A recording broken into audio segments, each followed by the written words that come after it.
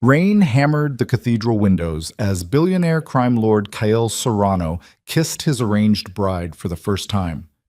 Then she whispered six trembling words that would ignite a war. Please don't hurt me like he did.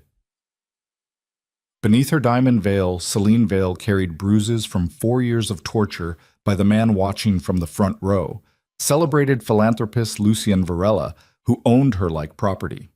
Tonight, Kyle Serrano would learn that some debts are paid in blood. This is their story of violence, survival, and the war that changed everything. Stay until the end. Hit that like button and comment your city so I can see how far this story travels. The rain came down in sheets that October night, turning the city streets into rivers of black glass that reflected nothing but darkness. Inside the cathedral, 200 guests pretended this was a normal wedding. They smiled, they applauded, they drank expensive champagne and whispered about how beautiful the bride looked, how powerful the groom was, how perfect this merger would be for both families. They had no idea they were watching the beginning of a war. Kyle Serrano stood at the altar in a suit that cost $40,000, custom tailored in Milan, black as a funeral shroud. At 35, he looked like what he was, a predator in expensive clothes. 6'2", lean muscle under that tailored fabric, dark hair slicked back, jaw carved from granite. His eyes were the color of gunmetal, cold and calculating, the kind of eyes that never forgot a face or a debt. Those eyes had watched men die, had ordered deaths, had built an empire on violence and fear. The Serrano Syndicate controlled this city the way a spider controls its web. Shipping routes through the harbor where containers full of weapons moved like ghosts through customs. Underground gambling dens where fortunes changed hands every night. Money laundering operations disguised as legitimate businesses. Restaurants, nightclubs, car dealerships, real estate firms. Politicians who smiled for the cameras and took orders from Kyle in back rooms where the walls didn't have ears. Judges who owed him favors. Cops who looked the other way. Kyle's father had built the foundation. Kyle had turned it into an empire, and tonight was supposed to be simple. A business transaction dressed up in white silk and roses. The Vale family needed money. The Serrano family needed legitimacy. Marriage solved both problems. Clean, efficient, emotionless. Then she walked down that aisle. Celine Vale moved like a ghost in her ivory gown, each step measured and careful, like she was walking on broken glass. The dress was a masterpiece. French lace, hand-stitched pearls, a train that whispered against the marble floor. Her dark hair was swept up under a diamond-encrusted veil that probably cost more than a house in the suburbs. She looked like every man's dream, like a princess from a fairy tale. But Kyle Serrano noticed everything. He noticed the way her hands trembled when she took the bouquet from her bridesmaid. Noticed how her shoulders were too rigid, her spine too straight, like she was bracing for impact. Noticed the makeup that was just a shade too heavy around her left eye, the foundation just a bit too thick along her jawline. And when her father walked her down that aisle, Kyle noticed the way Marcus Vale's hand gripped his daughter's arm. Too tight, controlling. The old man's eyes were desperate, greedy, the look of a gambler who'd finally drawn a winning hand after years of losses. Celine reached the altar. Her father released her like he was handing over merchandise. Kyle took her hand. It was ice cold. The ceremony blurred, words about love and honor and forever, all of it meaningless ritual. Kyle spoke his vows without feeling them. Celine spoke hers in a voice so soft the guests had to lean forward to hear. Then came the kiss. The priest nodded. The crowd held its breath. Kyle lifted the veil, and for the first time he really looked at his wife's face. She was beautiful. 28 years old, high cheekbones, full lips painted crimson, eyes the color of smoke. But those eyes, Christ, those eyes were dead. Hollow. Like someone had scooped out everything that made her human and left behind a perfect shell. Kyle leaned in. His lips brushed hers, barely a touch, nothing romantic about it. That's when she whispered it. 6 words, barely audible, her breath hot against his mouth. Please don't hurt me like he did. The words hit Kyle like a shotgun blast to the chest. He pulled back just enough to look at her. Her eyes were squeezed shut, tears leaking from the corners, her whole body rigid with terror. She was waiting for the pain, expecting it. The crowd erupted in applause. Rice flew through the air. Someone shouted congratulations. The organ thundered into the recessional march. But Kyle couldn't move. Couldn't think past those 6 words echoing in his skull. Like he did. Like he did. Like he did. Who? Celine's eyes opened. She looked at him with the expression of a prisoner who just realized the bars were thicker than she thought. Smile, she whispered. They're watching. So Kael smiled. He took her hand and led her back down that aisle, while cameras flashed and guests cheered. He smiled through the receiving line where strangers pumped his hand and told him how lucky he was. He smiled during the limousine ride to the reception hall, where 1,000 candles turned the ballroom into a golden cage. But inside, something dark and furious was waking up. Someone had hurt his wife, and Kael Serrano was very, very good at hurting people back. The reception hall was obscene in its luxury. Crystal chandeliers the size of cars, tables draped in silk, champagne fountains, a 10-tier cake that looked like architecture, the kind of party where the flowers alone cost 50 grand and nobody blinked. Kael sat at the head table with Celine beside him, watching the crowd.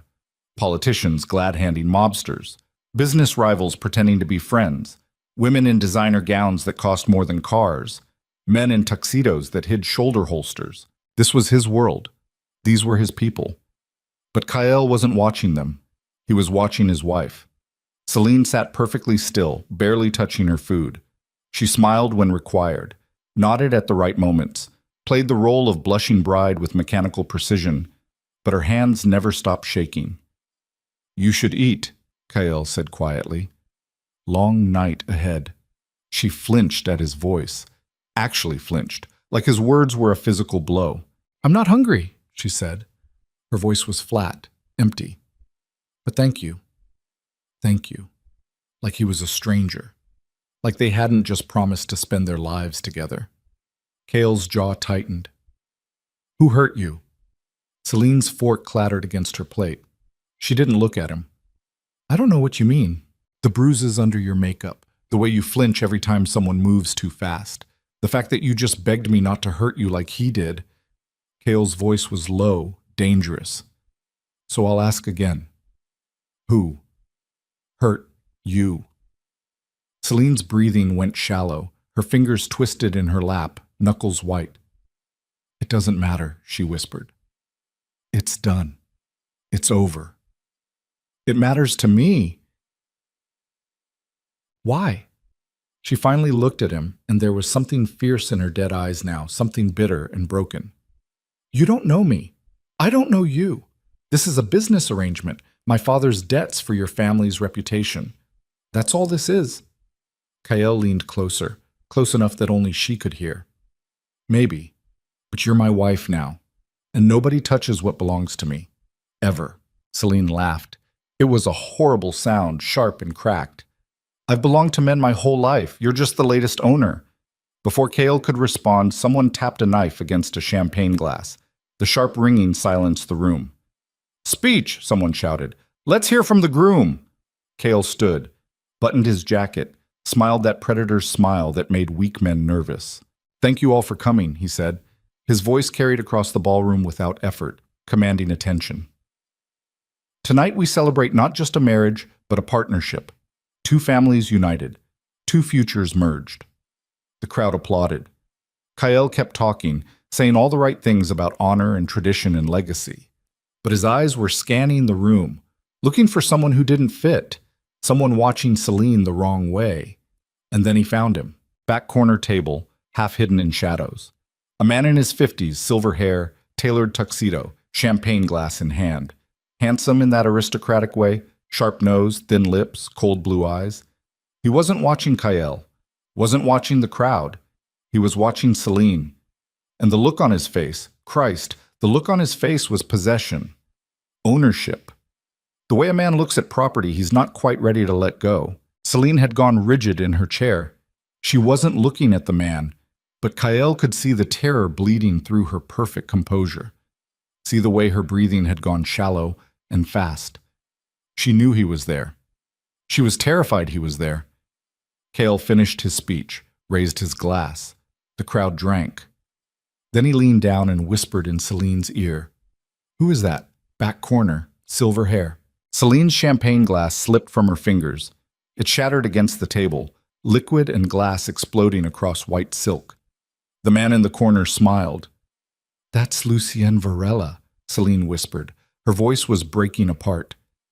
"And you need to stay away from him. You need to—" Lucienne Varela stood. He was walking toward them. Celine made a sound like a wounded animal. She tried to stand, tried to run, but Kael caught her wrist. "Stay," he said quietly. "I've got you." Lucien reached the heat table. Up close, he was even more polished. Expensive cologne, manicured nails, a smile that belonged on magazine covers. He looked like money and culture and refinement. He looked like the kind of man who donated to children's hospitals. "Congratulations," Lucien said smoothly. He extended a hand to Kael. "Lucien Varela, art dealer, philanthropist, old friend of the Vale family." Kael took the hand, squeezed just hard enough to make a point. "Kael Serrano. Oh, I know who you are." Lucien's smile widened. "Everyone knows who you are."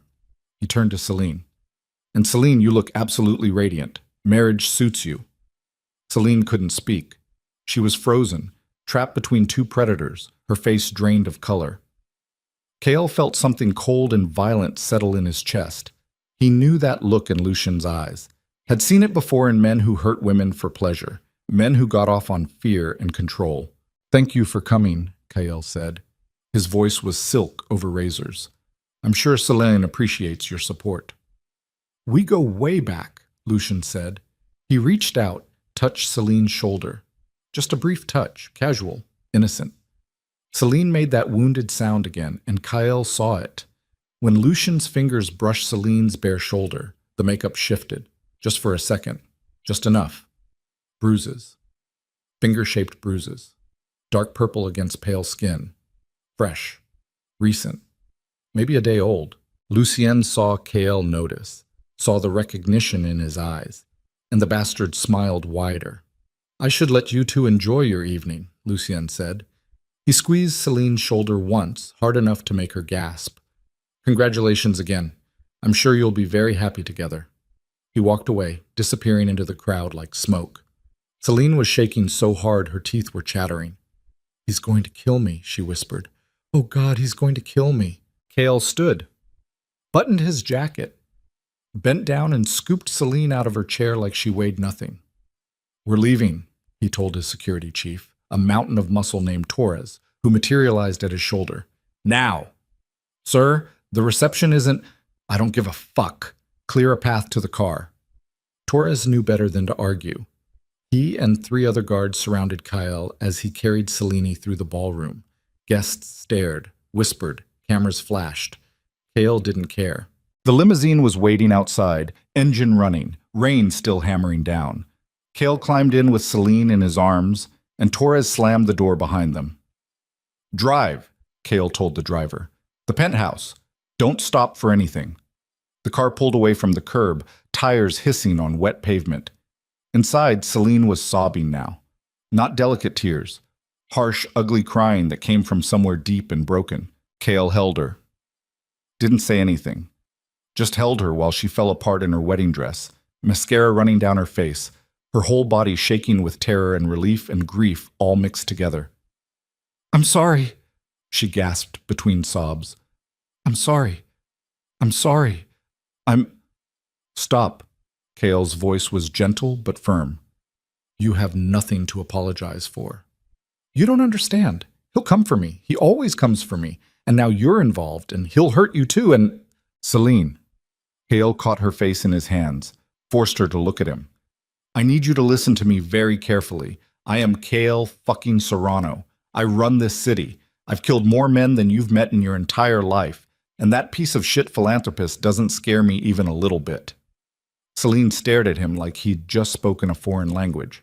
"Now," Kael continued, "we're going to go to my penthouse. You're going to tell me everything, every detail, every name, everything that bastard did to you, and then I'm going to make him wish he'd never been born." "You can't," Celine whispered. "He's too powerful. He has connections, money, influence." Kael laughed. It was a dark, dangerous sound. "Sweetheart, so do I. The difference is I'm not pretending to be a good man." The limousine pulled up to a sleek glass tower in the financial district. Kael's building. 40 stories of steel and money and power. They rode the private elevator to the penthouse in silence. Celine had stopped crying, but she looked like a ghost, pale, hollow-eyed, barely there. The elevator doors opened directly into Kael's home. It was exactly what you'd expect from a criminal kingpin with too much money. Floor-to-ceiling windows overlooking the city. Modern furniture that cost more than most people's annual salaries. Art on the walls that belonged in museums. A bar that could stock a nightclub. Everything black and white and chrome, cold and sharp and precise. Celine stood in the middle of the living room, still in her wedding dress, looking lost. "Drink?" Kael asked, heading to the bar. "I don't—" It wasn't a question. He poured 2 glasses of scotch, expensive stuff that burned smooth, handed her one. "Drink, then talk." Celine took the glass with shaking hands, drank, coughed, drank again. Kael waited. He was good at waiting. Patience was a predator's virtue. Finally, Celine spoke. "My father used to have money," she said quietly. "Old money. Vale fortune. Generations of it. But he gambled, constantly. Sports, cards, horses, anything with odds. Lost millions, then tens of millions, then everything." She took another drink.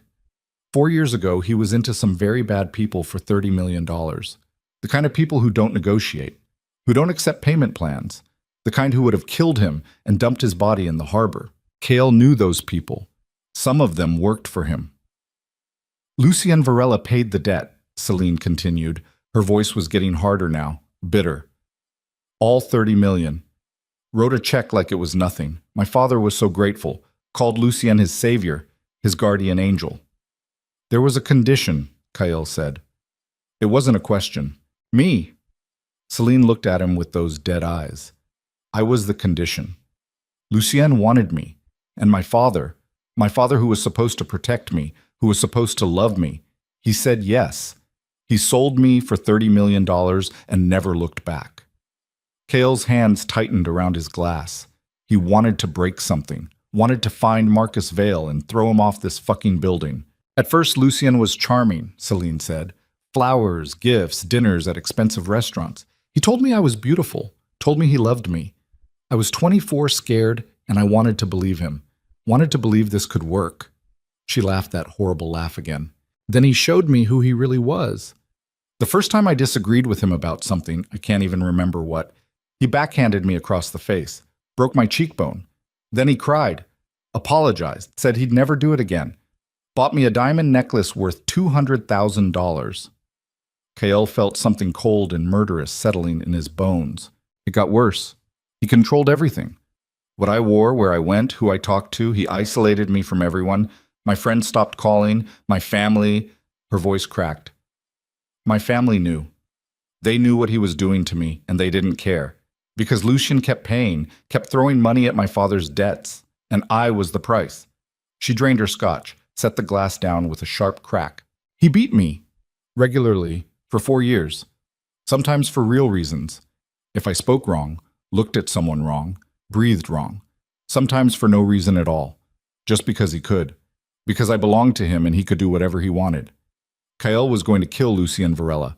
Not quickly, not cleanly, slowly, painfully. Make it last days. 2 months ago, my father came to me with your proposal, Celine said. A marriage. Business arrangement. He said it would solve everything.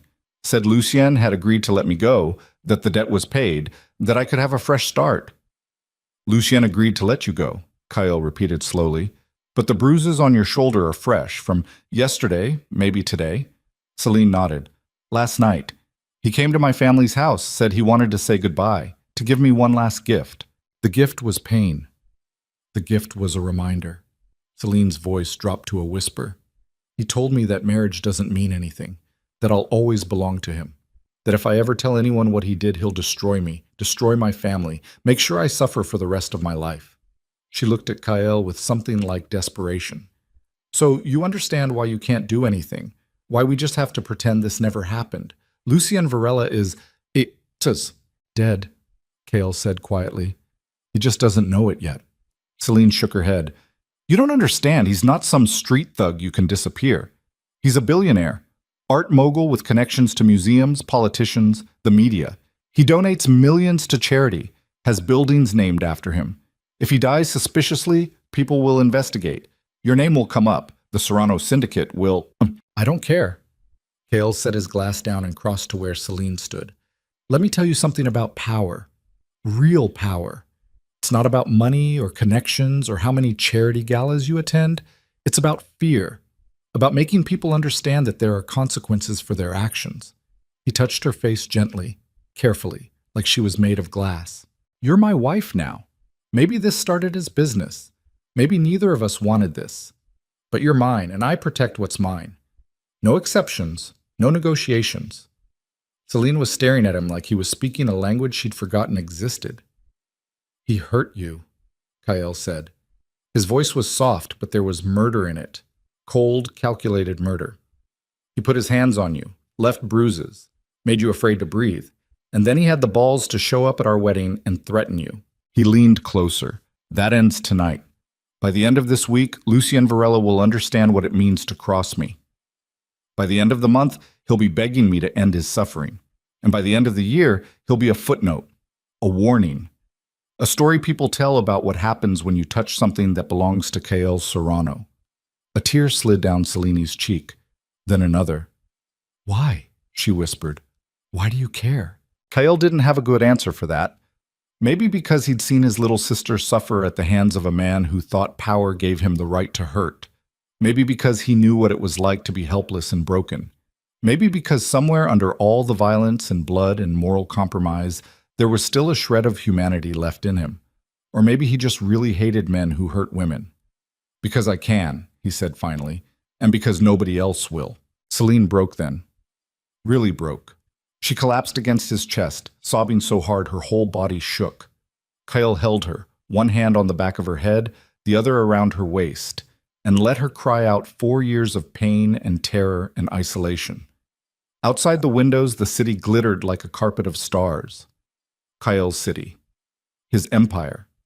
His kingdom of shadows and sin. And somewhere out there, Lucien Varela was going about his life, probably drinking wine in some expensive restaurant, maybe fucking a woman who was too scared to say no, definitely thinking he'd won, but he hadn't won. He'd just declared war on the wrong man. Kale's phone buzzed. He pulled it out without releasing Celine. Text from Torres. Everything okay, boss? Kyle typed one-handed. Fine. Run a full background on Lucien Varela. Everything. Financial records, properties, business dealings, personal life. I want to know where he eats breakfast and what hand he jerks off with. 24 hours. Torres responded immediately. On it. Then another text. Sir, there's a problem. Marcus Vale is downstairs, says he needs to speak with you about his daughter, says it's urgent. Kyle looked down at Celine. She'd cried herself into exhaustion, barely conscious against his chest. Your father's here, he said quietly. Celine went rigid. Don't let him up, please. I can't. I won't, but I do need to have a conversation with him. Fear flashed in her eyes. He'll tell you to send me back, to Lucien. He'll say I'm lying, that I'm dramatic, that... Celine. Kale's voice was iron. Look at me. She did. Your father sold you to a monster for money, then married you off to me for legitimacy. He's a coward and a failure, and his opinion means less than nothing to me. Kale stroked her hair, surprisingly gentle. But he does owe me a debt now. You're my wife, part of my family, which means your debts are my debts. Your problems are my problems. He smiled, but it was the smile of a predator. And your enemies are my enemies. Celine's breathing slowed. Some of the terror bled out of her eyes, replaced by something that might have been hope. Go to bed, Kale told her. Down the hall, second door on the right. Lock it if you want. I'll deal with your father. What are you going to do? Have a conversation. Kyle, go. Not harsh, but firm. I've got this. Celine hesitated, then nodded. She walked down the hall, wedding dress trailing behind her like a ghost. The door clicked shut. Kale waited until he heard the lock engage. Then he texted Torres. Send him up. Alone. 2 minutes later, the elevator dinged.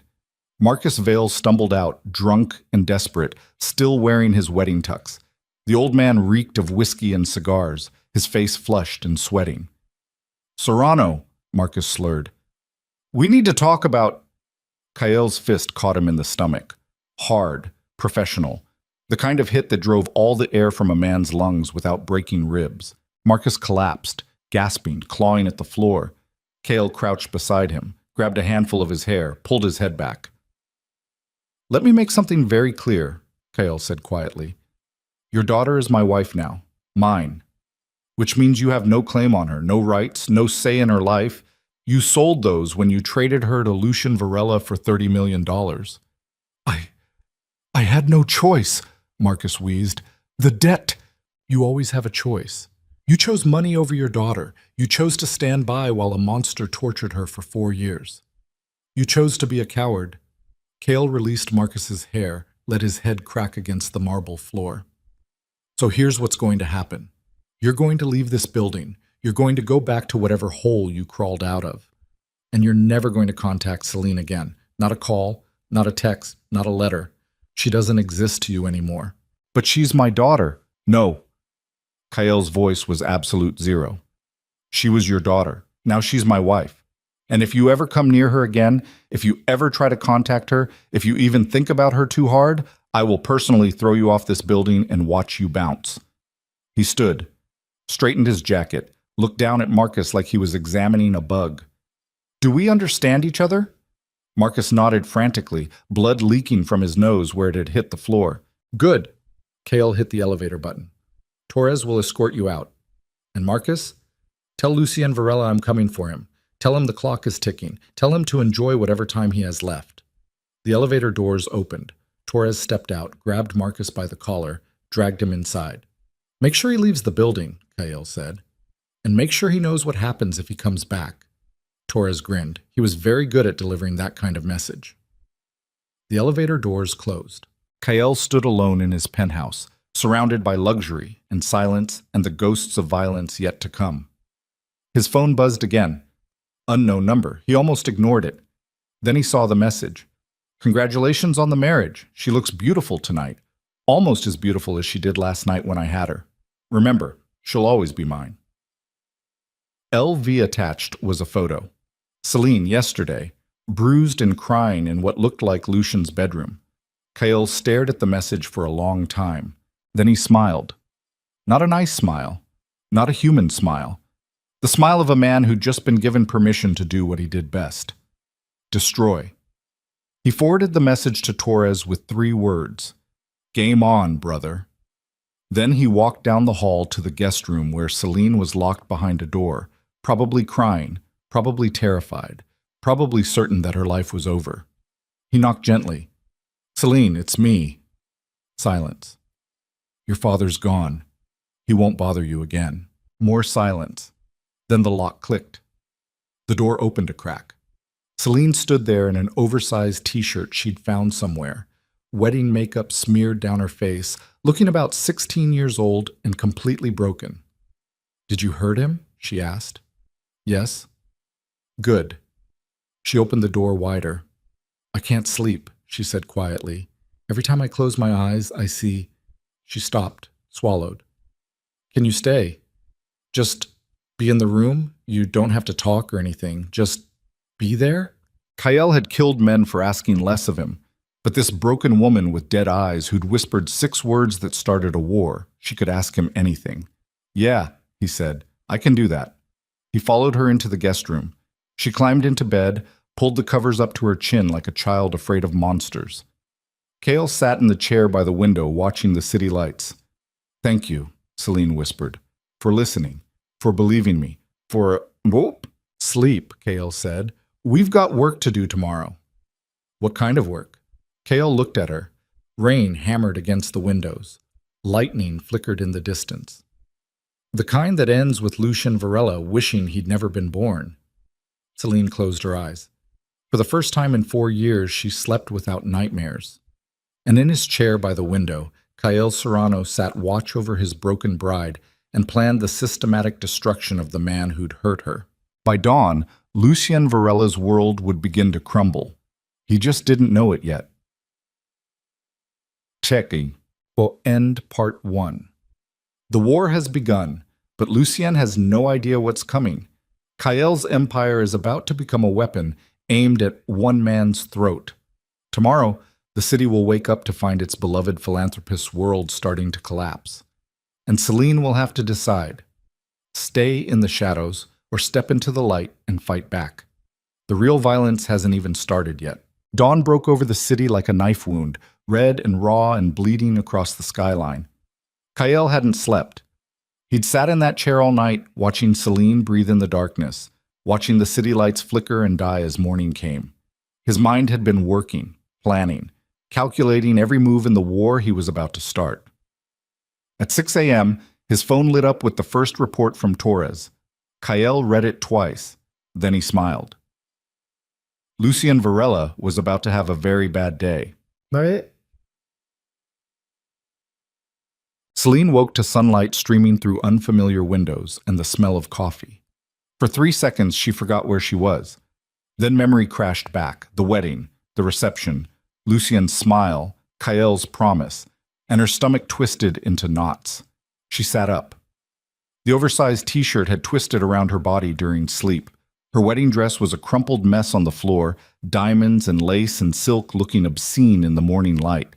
The chair by the window was empty. Celine's chest tightened. Of course he'd left. Of course last night's promises had been just words. Men like Kael Serrano didn't actually. The door opened. Kael walked in carrying 2 mugs of coffee, still wearing last night's tux pants and white shirt, sleeves rolled up, collar open. He looked like he'd been awake for days. Dark circles under his eyes, jaw tight with tension. But those gunmetal eyes were sharp, focused, alive with something dangerous. "Coffee," he said, handing her a mug. "Black. I don't know how you take it." Celine took it with shaking hands. The ceramic was warm against her palms, real, solid. "You stayed," she said quietly. "I said I would." Men say a lot of things. Kael sat on the edge of the bed, close enough that she could smell his cologne, something expensive and dark. "I'm not most men." Celine wanted to believe him. God, she wanted to believe him so badly it hurt. "What happens now?" she asked. Kael pulled out his phone, tapped the screen, handed it to her.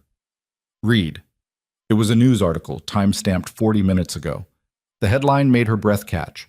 Federal investigation launched into Varela art galleries, allegations of fraud, money laundering. Celine scrolled. Her hands were shaking so hard the screen blurred. Anonymous tips, suspicious financial transactions. Questions about artwork provenance. Federal agents raiding 3 gallery locations. Assets frozen pending investigation. "How did you—" She looked up at Kael. "This was overnight? You did this overnight?" "I made some calls, called in some favors, turned over some evidence I've been holding on to." Kael's voice was casual, like he was discussing the weather. "Lucien's been dirty for years. Money laundering through art sales, forging provenance documents, dealing in stolen antiquities. Everyone knew. Nobody cared because he threw enough money at the right people. And now they care. Now they're terrified. Because when the feds start digging into Lucien's finances, they're going to find connections to people who can't afford to be connected to him. Politicians, judges, business moguls, all of them scrambling to distance themselves before they get dragged down too." Celine stared at the article, at the photo of federal agents carrying boxes out of Lucien's flagship gallery, at the statement from his lawyer claiming innocence and cooperation. "This is just the beginning," Kael said. "By noon, his construction permits for that waterfront development will mysteriously disappear. By tonight, 3 major investors will pull funding from his projects. By tomorrow, someone's going to leak information about his offshore accounts. You're destroying him. I'm dismantling him, piece by piece. Everything he built, everything he owns, everything he uses to hurt people. I'm taking it apart until there's nothing left but a scared old man with no power and no protection." Celine's eyes filled with tears. She didn't know if they were relief or terror or something else entirely. "He'll know it's you," she whispered. "He'll retaliate. Let him try." Kael took the phone back, set it aside. "I've been preparing for war my entire life. Lucien Varela collects art and hurts women. He's not equipped for what's coming." Celine set her coffee down. Her hands wouldn't stop shaking. I need to tell you something about Lucian, about what he... You don't have to. Yes, I do. Her voice cracked. Because if you're going to war for me, you need to know exactly what kind of monster he is. Kale waited, patient, listening. Celine took a breath that hurt her lungs. He used to record it, she said quietly. The beatings, the other things. He'd set up cameras, said he wanted to remember, wanted to be able to watch later. He has hundreds of hours of footage, of me, of other women. Kale's expression didn't change, but something dark and murderous flickered behind his eyes. There's a woman, Celine continued. Ivy Mercer. She worked at one of Lucien's galleries. He did the same things to her. Worse things. She tried to press charges 2 years ago, tried to get a restraining order. What happened? Her lawyer was paid off. The judge dismissed the case, witnesses recanted, evidence disappeared. Within a month, Ivy lost her job, her apartment, her reputation. Last I heard, she was working at a diner in Queens, barely surviving. Kale pulled out his phone, typed something. What's her full name? Ivy Mercer, but you can't... She won't talk. She's too scared. I'm not going to force her to talk. I'm going to make sure she's protected. Put some security on her. Make sure Lucian can't touch her. Celine stared at him. Why? Because that's what you do. Kael looked at her. You protect people who've been hurt by men like him. You give them a chance to fight back if they want to, and if they don't want to, you make damn sure they're safe anyway. Something in Celine's chest cracked open, something that had been frozen for 4 years. Who are you? She whispered. Kael smiled. It wasn't a nice smile. I'm the monster who kills other monsters. By 10 a.m., Kael's penthouse had turned into a war room. Torres was there with 3 other members of Kael's inner circle, men who'd killed for him, men who'd die for him. The dining table was covered in laptops, documents, photographs. A timeline of Lucien Varela's life spread across the wall like a murder board. Celine sat on the couch, wrapped in one of Kael's sweaters, watching these dangerous men plan her abuser's destruction. Construction permits denied, Torres reported, stabbing a finger at a document. The city inspector suddenly remembered some irregularities in the applications. Environmental concerns, safety violations. Everything's shut down pending review. Which will take months, another man said. Diego, 30-something, scarred face, dead eyes, Kael's enforcer. Costing him millions in contractor fees and lost revenue. His lawyer's already screaming, Torres continued, threatening lawsuits, demanding meetings with city officials. Let him scream.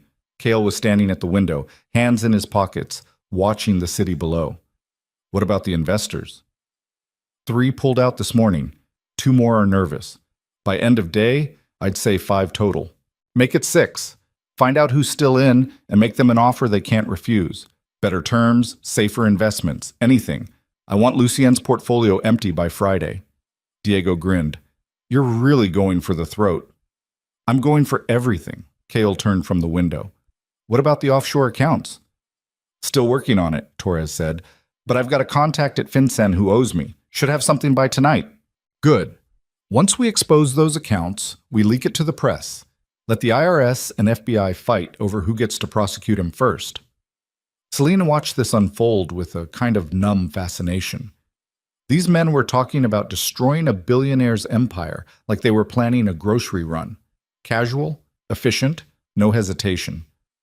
There's a problem, Diego said. He slid a photograph across the table. Lucien knows you're behind this. The photo showed Lucien leaving his lawyer's office that morning. He looked furious, his face twisted with rage. But there was something else in his expression, recognition, understanding. He sent you a message, Diego continued. He pulled out another phone, played a video. Lucien's face filled the screen. He was smiling that aristocratic smile, sitting in what looked like his home office, expensive art on the walls behind him. Kael Serrano, Lucien said smoothly. I have to admit I'm impressed. The federal investigation, the permits, the investors, all very clever, very aggressive. You're making your territory clear. He leaned forward. But you made a mistake.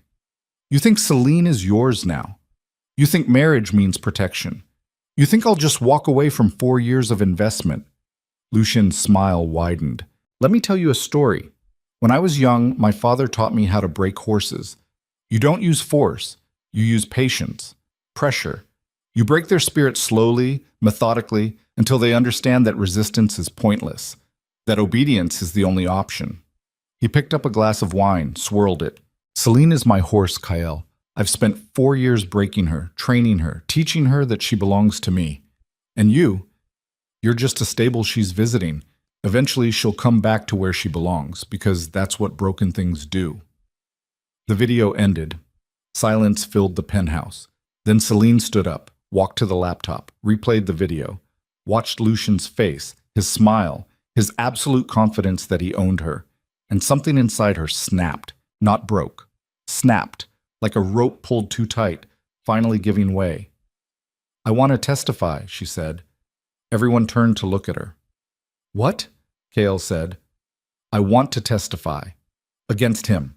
In court. I want to tell everyone what he did, show them the bruises, the scars, the evidence. I want to destroy him the right way." "Celine, that's—" Kyle moved toward her. "That's going to be brutal. His lawyers will tear you apart.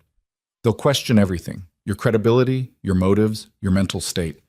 They'll make you relive every horrible thing he did, in public, in front of cameras. I know. They'll call you a liar, a gold digger. They'll say you're doing this for money or revenge or because I told you to. I know. The media will destroy you. Your name, your face, your life, all of it will be public record forever." "I know!" Celine's voice cracked like a whip. "I know all of that, but I also know that if I don't do this, if I just let you destroy him in the shadows, I'll never be free. I'll always be the victim, the broken horse he talks about, the thing he owned." She was shaking, but her voice was steady. "I need to face him, in court, under oath, and I need to watch him lie and squirm and realize that I'm not broken anymore." Kale studied her for a long moment. Then he nodded. "Okay, we'll do it your way, but we do it smart. We build an airtight case, get other victims to testify, document everything. Make sure when we walk into that courtroom, we have so much evidence that his lawyers can't spin their way out of it." "Ivy," Celine said, "we need to find Ivy Mercer. If she testifies too, if it's not just me—" "Already on it," Torres said. He was typing on his laptop. "Found her. She's working at a diner in Queens, the Morning Glory on 42nd. Want me to send someone?" "No," Celine said. "I'll go. She won't trust a stranger, but she might trust another survivor." "Not alone," Kyle said immediately.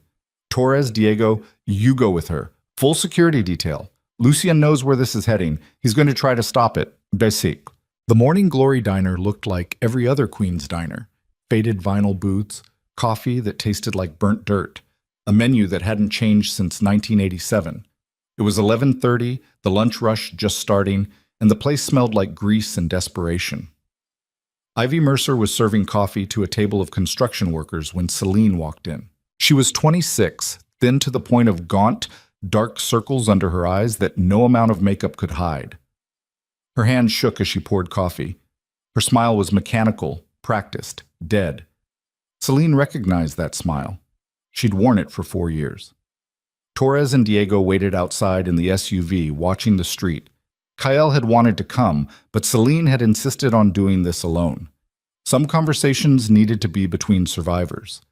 Celine slid into a corner booth.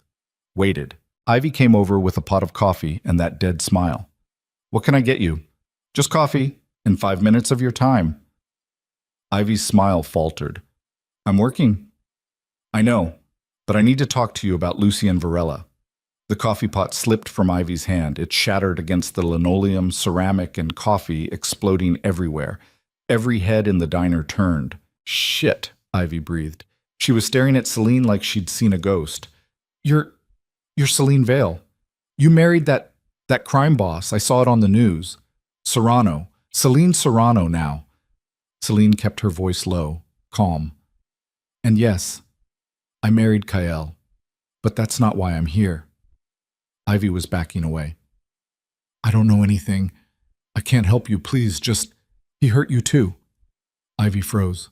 "Lucien," Celine continued quietly. "He hurt you, beat you, controlled you, and when you tried to fight back, he destroyed your life." Ivy's eyes filled with tears. How did you?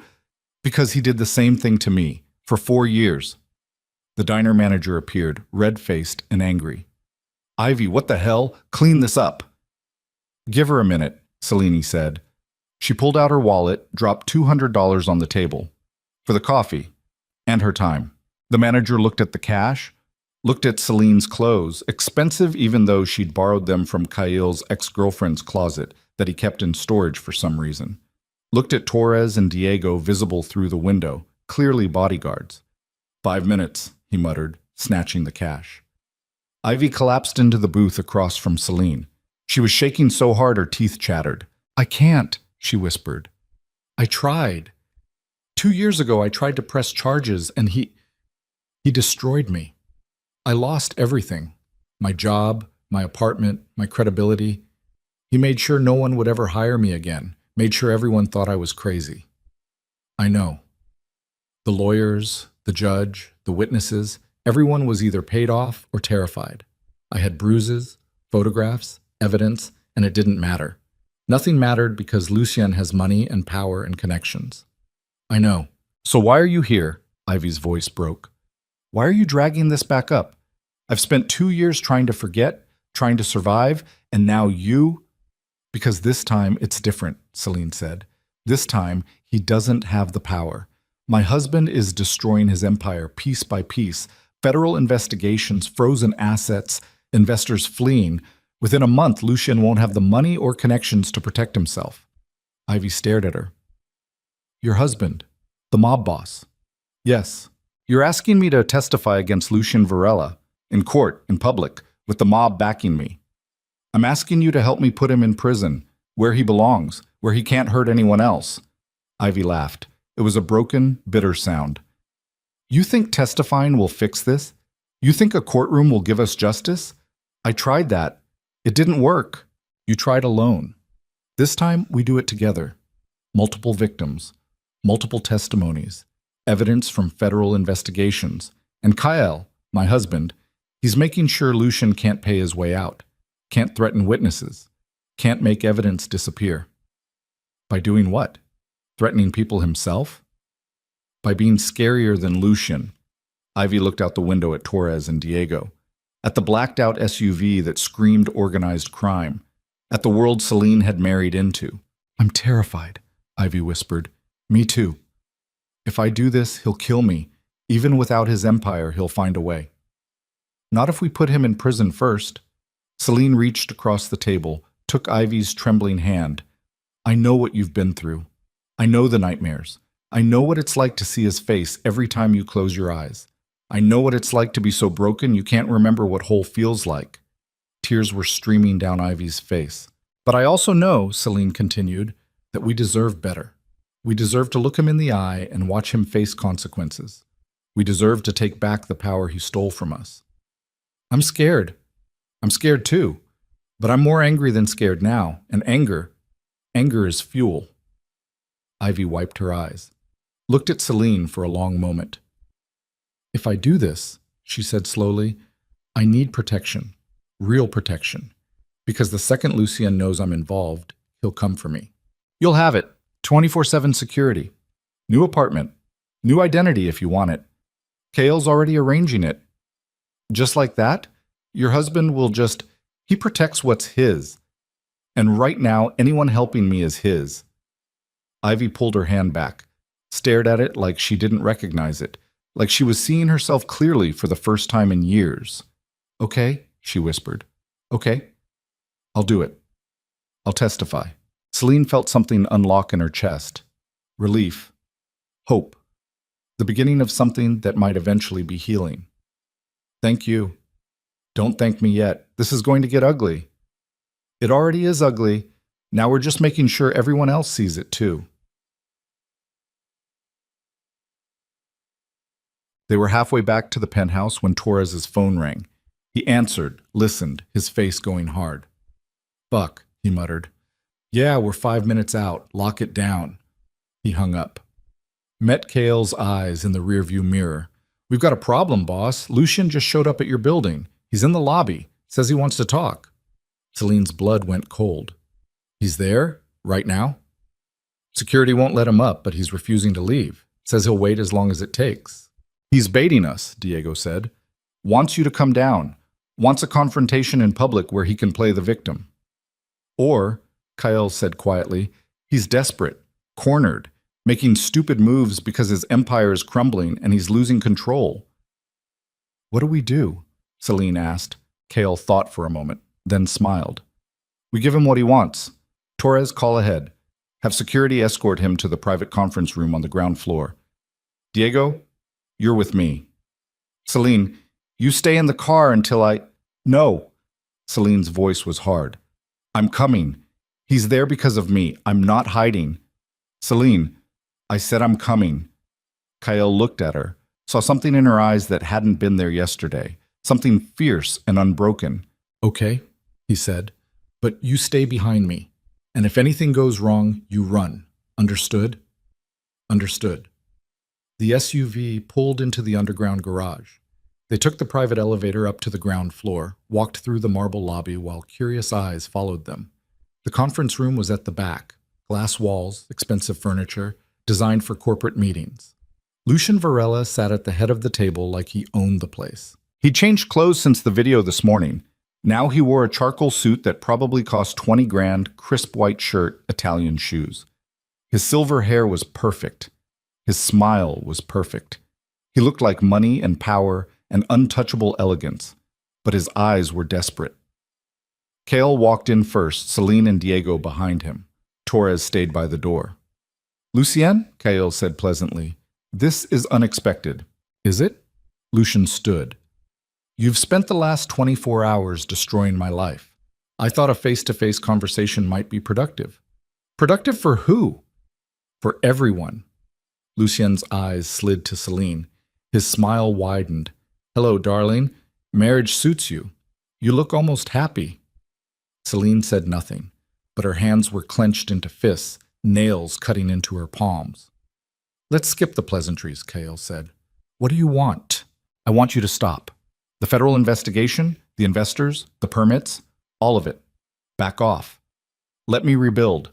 And in exchange, I'll stay away from Celine. Clean break. No more contact. You think you're in a position to negotiate?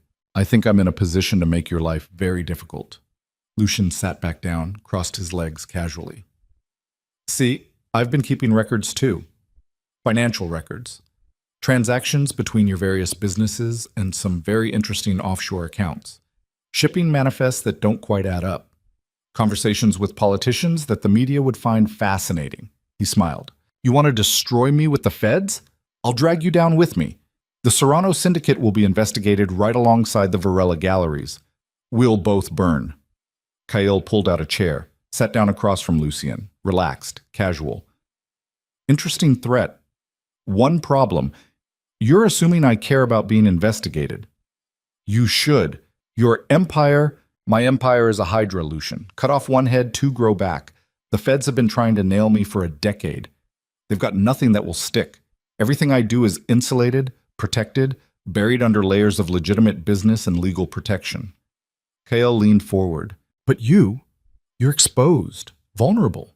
Your entire life is built on a reputation of respectability, philanthropist, art mogul, cultured gentleman. The second that reputation cracks, you're done. No amount of money will save you. No connections will help you, because everyone will abandon you to save themselves. Lucian's jaw tightened. You're making a mistake. No, you made the mistake 4 years ago when you paid off Marcus Vale and took ownership of his daughter. When you spent 4 years beating her, breaking her, thinking you could own another human being. She was nothing when I found her, a gambling addict's daughter with no future. I gave her everything, clothes, jewelry, a life of luxury. You gave her bruises and nightmares. Kale's voice dropped to something cold and lethal. You tortured her for 4 years. And then you had the balls to show up at my wedding and threaten her. I didn't threaten. The photo you sent last night. The message. That was a threat. And that was your second mistake. Lucian's face flushed red. You arrogant piece of... You think you can just take what's mine? You think a wedding certificate changes anything? She was never yours. I owned her! Lucien was on his feet now, composure cracking. 4 years. I paid for her. I shaped her. Every breath she took was because I allowed it. And you think you can just swoop in and play hero? You're a criminal, a thug. You're worse than me. Maybe, Kael said calmly, but I don't hurt women, which makes me better than you. Lucien's hand moved toward his jacket. Diego had a gun pressed against the back of Lucien's skull before he could blink. Don't, Diego said quietly. Whatever you're reaching for, don't. Torres moved forward, patted Lucien down, pulled out a small pistol from a shoulder holster. Concealed carry permit, Lucien spat. Perfectly legal. In New York? Doubt it. Torres ejected the magazine, cleared the chamber. But we'll let that slide, this time. Kael stood, buttoned his jacket, looked at Lucien with absolute contempt. Here's what's going to happen. You're going to leave this building. You're going to go back to whatever hole you crawled out of. And you're going to pray that I get bored of destroying you before you lose everything. This isn't over. Yes, it is. You just don't know it yet. She'll never be free of me, Lucien hissed. He was looking at Celine now, eyes burning with obsession. I'm in her head, in her bones. Every time she closes her eyes, she sees me. Every time someone touches her, she remembers my hands. I broke her, Serrano, and broken things don't heal. Celine stepped forward. Her hands were shaking, but her voice was steady. You're right, she said quietly. You did break me. You spent 4 years making sure I knew I was nothing, that I belonged to you, that I'd never escape. Lucien smiled, triumphant. But broken things can be reforged, Celine continued. They can be melted down and reshaped into something stronger, something sharp, something dangerous. She moved closer, close enough that Lucien could see the fury in her eyes. I'm testifying against you, in court, under oath. I'm going to tell everyone what you did, show them the scars, the photographs, the evidence. And I'm going to watch you go to prison. Lucien's smile faltered. And when you're sitting in a cell, Celine said, when you've lost everything, when no one remembers your name except as a warning, I want you to remember this moment. Remember that the broken thing you created came back and destroyed you. Silence filled the conference room. Then Lucien laughed. Wild, desperate laughter that sounded like breaking glass.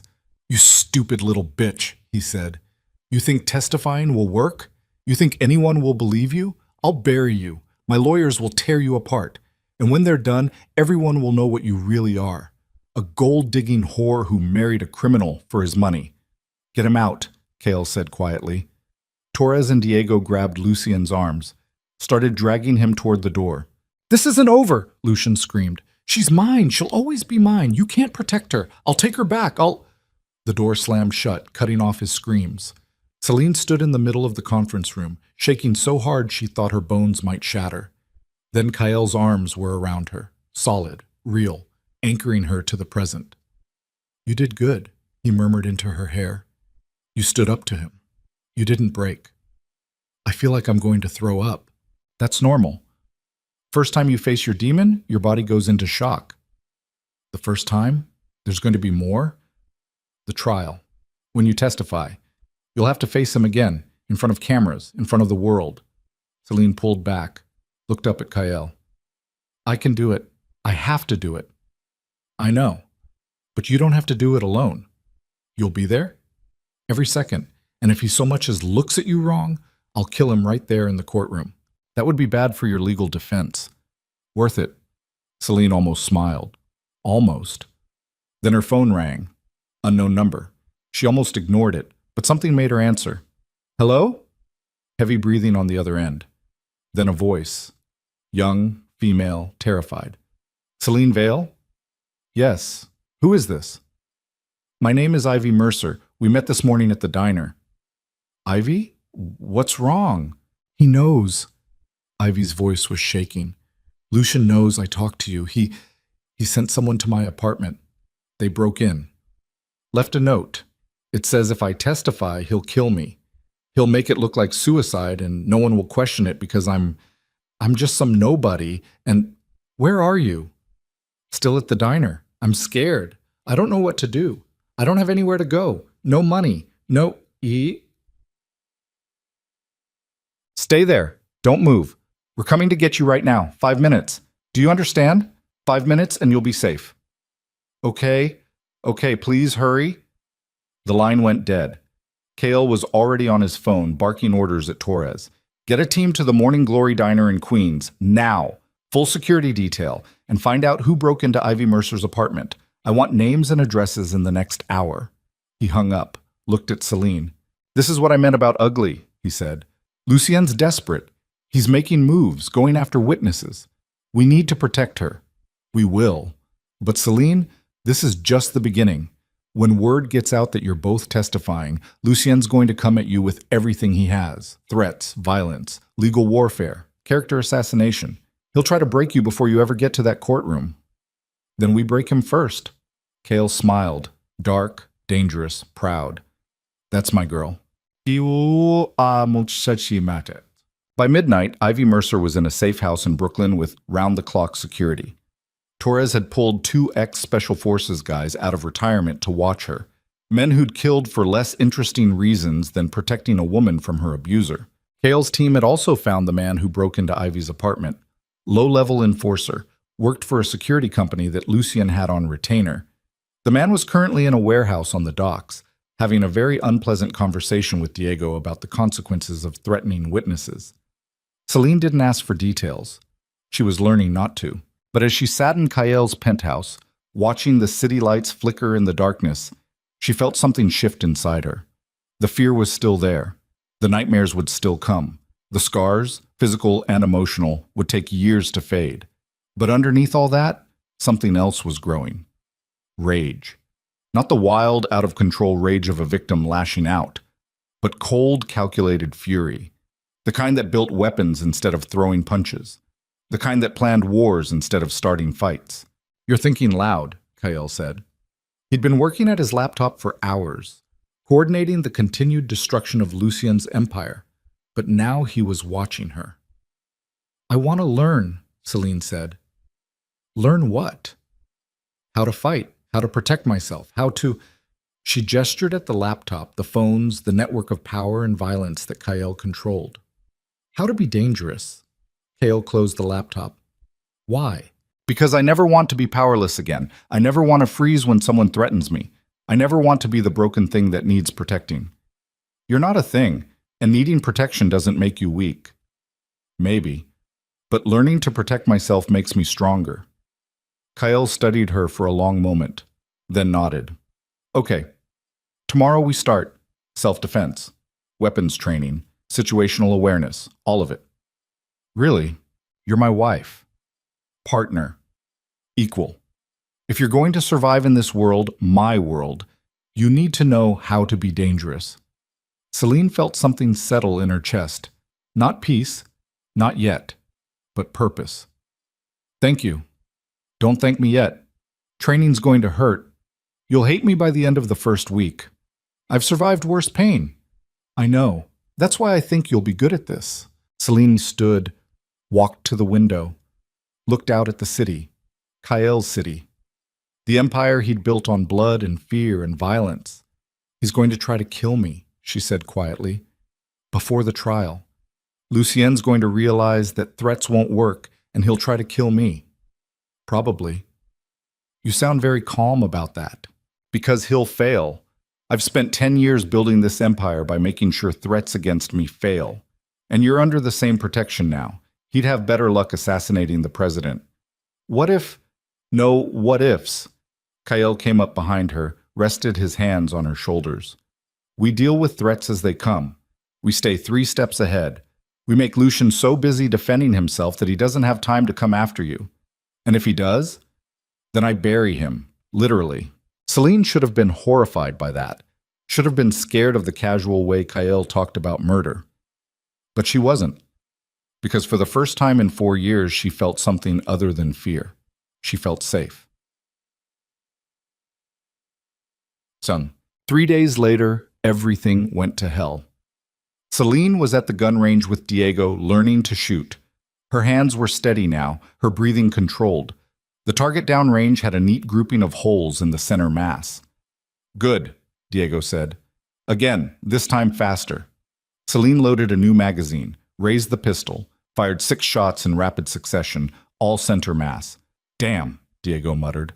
natural talent, or 4 years of imagining this exact scenario with Lucien's face on the target. That works too. Selene's phone rang. Kael. She set the gun down, pulled off her ear protection. Hey, we have a problem. Kael's voice was tight, controlled. Lucien made his move. Selene's stomach dropped. What happened? He didn't come after you. He went after someone else. Someone we should have protected. Who? Your father. The world tilted sideways. What? Marcus Vale is dead. They found him an hour ago in his apartment. Single gunshot to the head. Made to look like suicide, but the evidence is sloppy. This was a message. Selene couldn't breathe. Couldn't think past the rushing in her ears. Her father. The man who'd sold her. The man who'd stood by while Lucien tortured her. The man who'd chosen money over his daughter. He was dead. Selene? Kael's voice cut through the noise. I need you to listen to me. This is a trap. Lucien killed your father knowing you'd react, knowing you'd go to the police, maybe testify about your father's connection to him. He's trying to force your hand before we're ready. He killed my father. I know. Selene's voice cracked. I hated him. I hated my father for what he did. But I didn't want him dead. I know. Come back to the penthouse. Now. We need to talk about next steps. Selene hung up, stood there in the gun range, surrounded by spent brass and the smell of gunpowder, and felt something inside her crystallize into diamond-hard certainty. This ended now. Not later. Not at trial. Now. She picked up the pistol, checked the magazine, looked at Diego. Where does Lucien live? Diego's expression went carefully blank. Boss wouldn't want you doing anything stupid. I'm not doing anything stupid. I'm asking a question. Selena, where does he live? Diego sighed, pulled out his phone, showed her an address. Waterfront estate in the Hamptons, gated, private security, the kind of place that was built to keep threats out. Don't do this, Diego said quietly.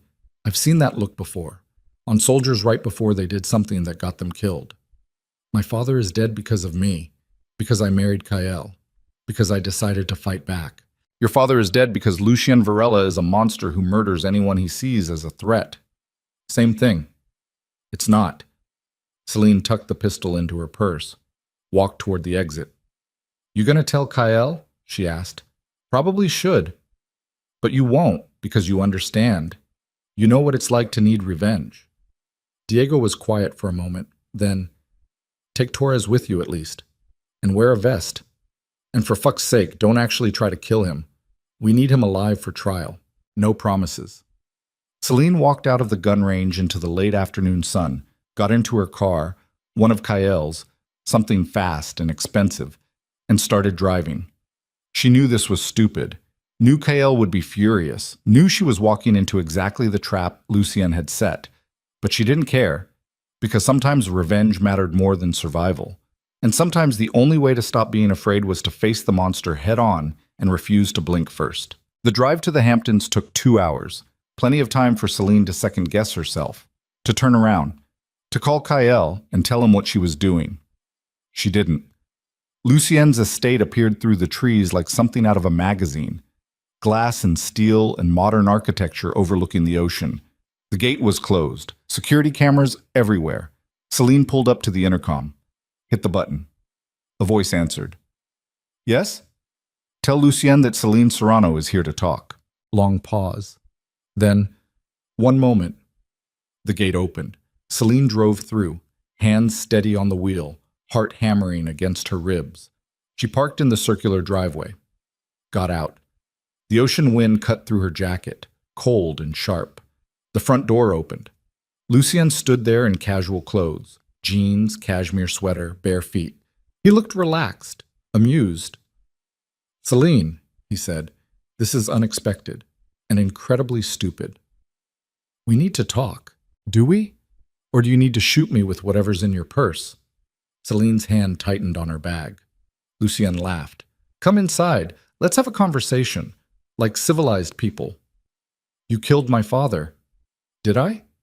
Interesting theory. I'm sure the police will investigate thoroughly. You murdered him because he was my connection to you. Because without him, there's no paper trail linking me to the debt. No way to prove our relationship was transactional. Smart girl. You always were smarter than Marcus gave you credit for. This ends tonight. Does it? How exactly do you plan to end it, Celine? By shooting me? That would be very satisfying, I'm sure. But it would also make you a murderer, ruin your credibility, destroy any chance you have at testifying against me in court. Lucien stepped aside, gestured into the house. Or you could come inside, have a drink, and I'll tell you exactly how this ends.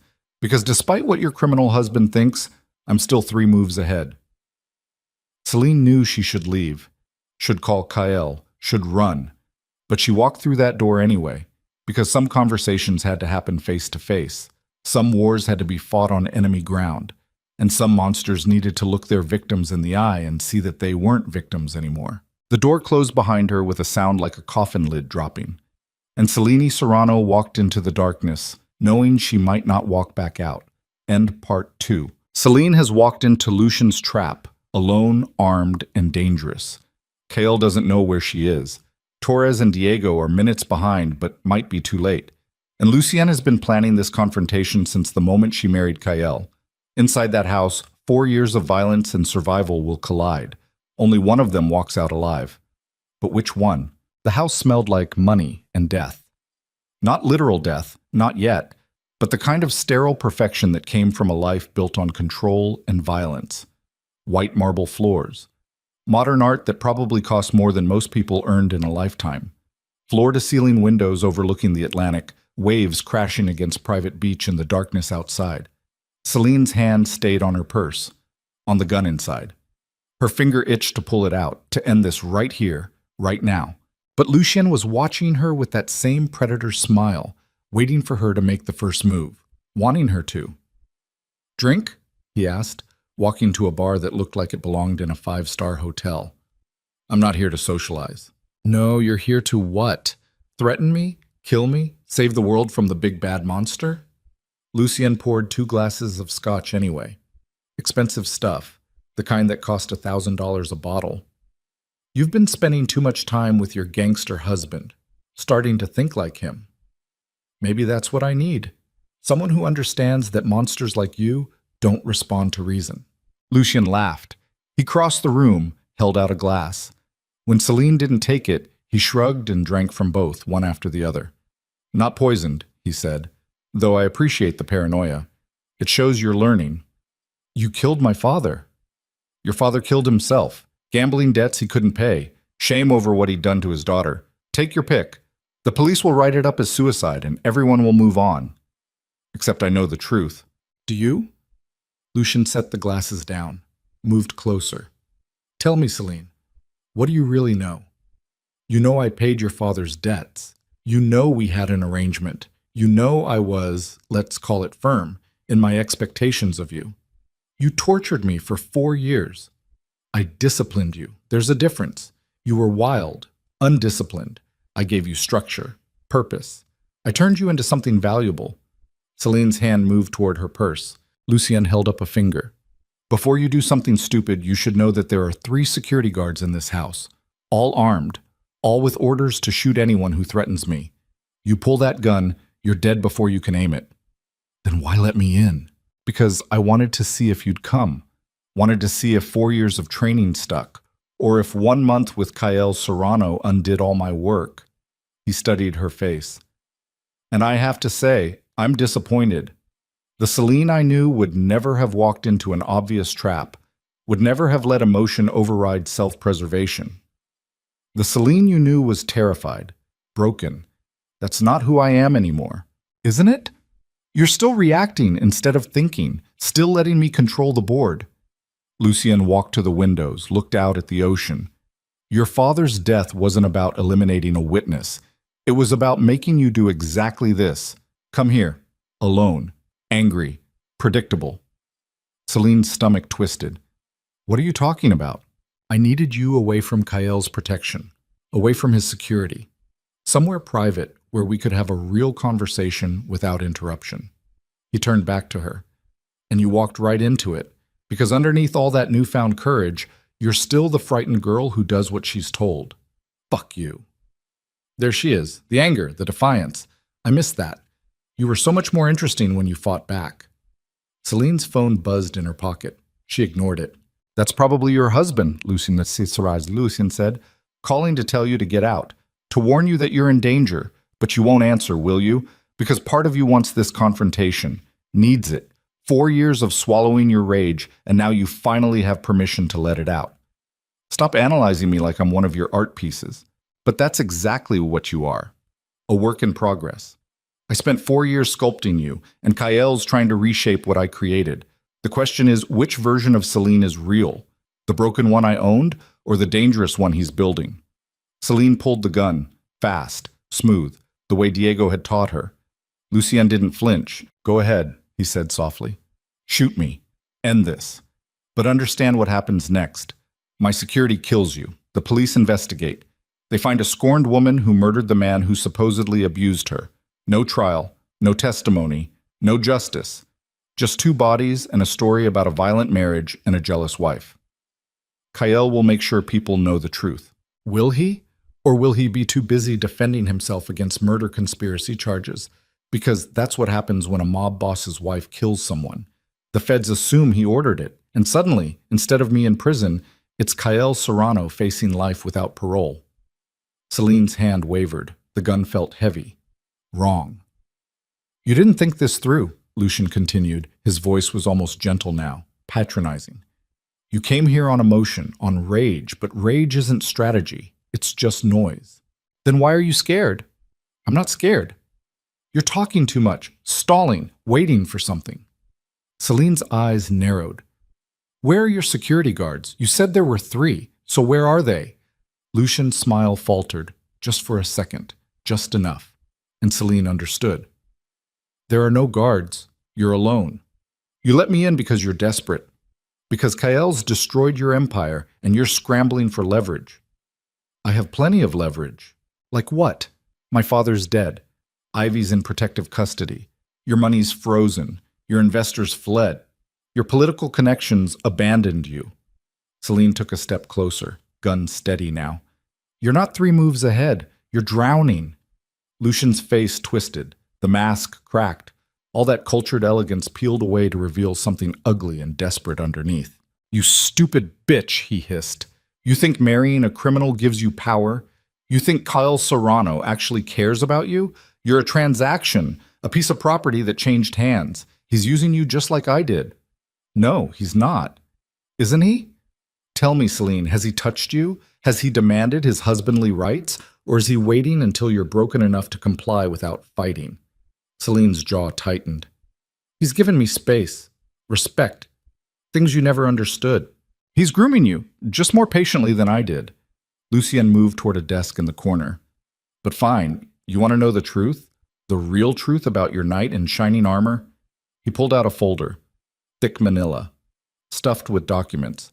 Kael Serrano didn't marry you for love or protection or any of that romantic bullshit. He married you because of this. He threw the folder at her feet, papers scattered across the marble. Celine didn't look down. What is it? Insurance documents? Legal papers? A contract between your father and the Serrano syndicate dating back 6 months before your wedding.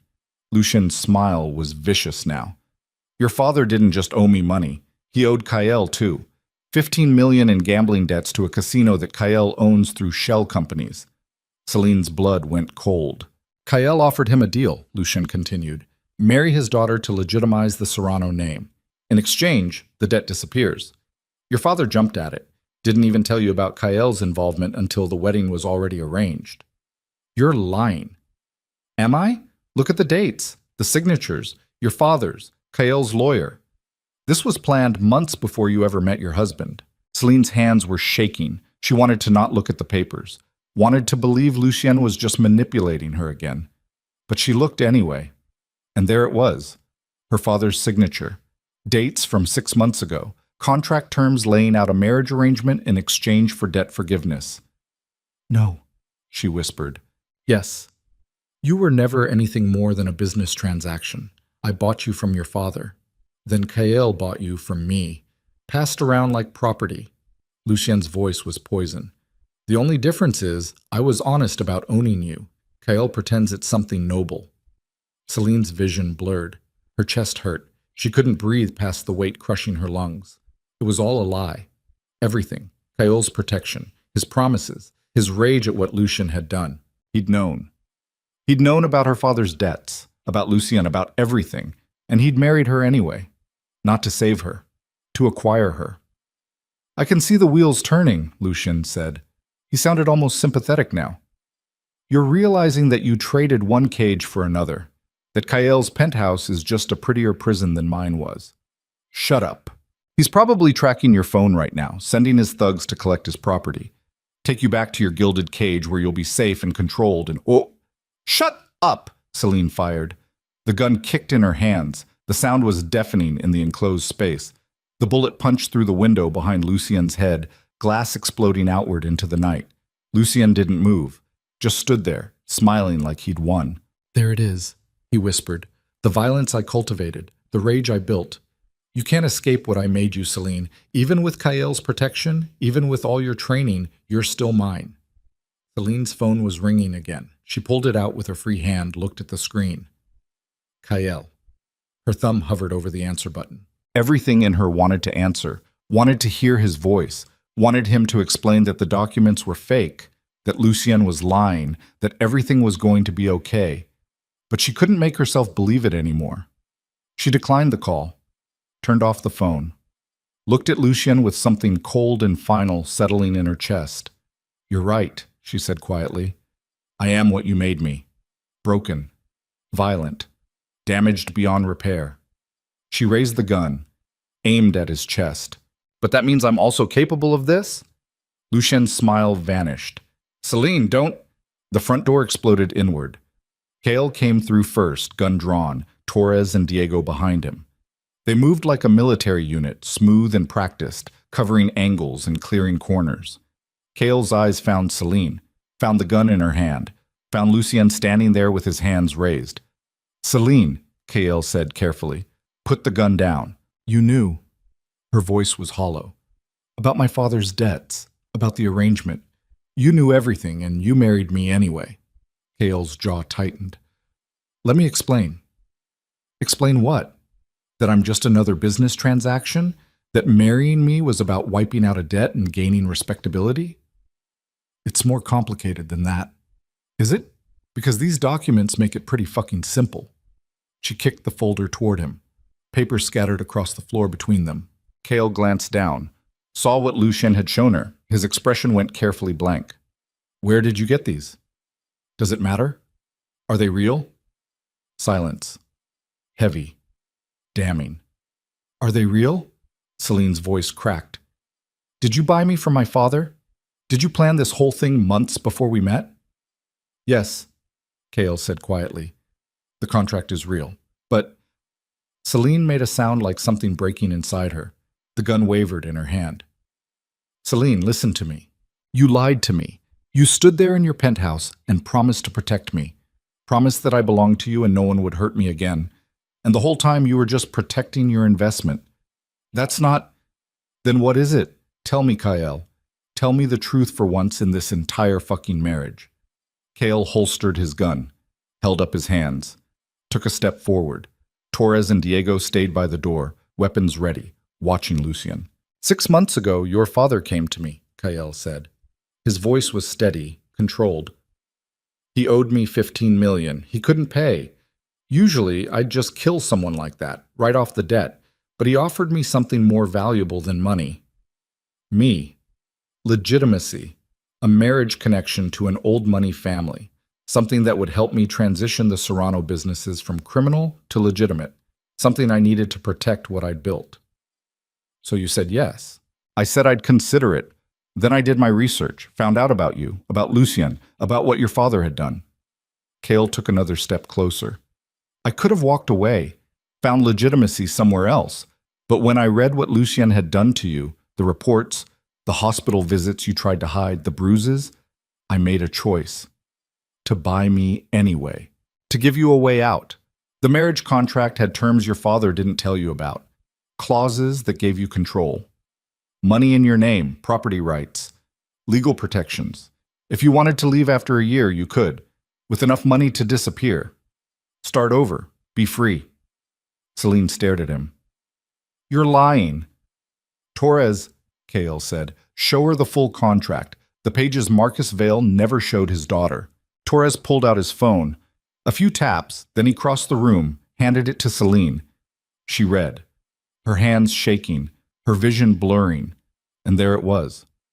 Clauses she'd never seen, terms her father had deliberately hidden, financial independence, property rights, a divorce option after 1 year with full asset protection, an escape hatch. You were supposed to tell me, she whispered. Before the wedding, you were supposed to explain all this. I was, Kael said. But then we met, and you looked so terrified, so broken, that I couldn't make it worse by explaining that your father had sold you. Again, I thought... He stopped, swallowed. I thought if I just protected you first, showed you that you were safe, I could explain later when you were ready to hear it. You still lied. I did. And I'm sorry, but everything I've done since that wedding, destroying Lucien, protecting Ivy, teaching you to fight back, that wasn't about business. That was about you. Lucien laughed, sharp and bitter. How touching. The gangster has a heart. But let's be honest, Serrano, you married her for legitimacy. Everything else is just window dressing to make yourself feel noble. Shut up, Kael said without looking at him. She's still just property to you. A trophy wife with a sad backstory that makes you look like a hero instead of what you really are. A violent criminal using her family name to... Kael moved, fast. 1 second he was standing still, the next his fist connected with Lucien's jaw. Bone crunched. Lucien went down hard, blood spraying across the white marble. I said, shut up! Lucien laughed through broken teeth. There it is, the violence. Just like me, Serrano. We're the same. We're nothing alike, aren't we? We both bought her. We both use her. The only difference is honesty. Lucien spat blood. At least I never pretended to be her savior. Kael pulled his gun, aimed it at Lucien's head. Kael, don't. Torres moved forward. We need him alive, for trial, for... I don't give a fuck about trial. Yes, you do. Because if you kill him now, everything we've built falls apart. The investigation, the witnesses, the case, all of it becomes about you committing murder. And Celine loses her chance at real justice. Kael's finger tightened on the trigger, his hand steady, his eyes cold. Then he looked at Celine, still standing there with her own gun, still shaking, still looking at him like she didn't know whether to trust him or shoot him. Tell me what to do, Kael said quietly. He's yours. Whatever you want, trial, bullet, or watching him drown in the ocean outside, it's your choice. Celine looked at Lucien, broken and bleeding on the floor, looking up at her with that same smug expression, even through the pain. Then she looked at Kael, the man who'd bought her, protected her, lied to her, fought for her. She didn't know which version was real, didn't know if any version was real. I can't do this, she whispered. She lowered her gun. I can't. I don't know what's true anymore, what's manipulation, and what's real. Her legs gave out. Kael caught her before she hit the floor, held her while she fell apart.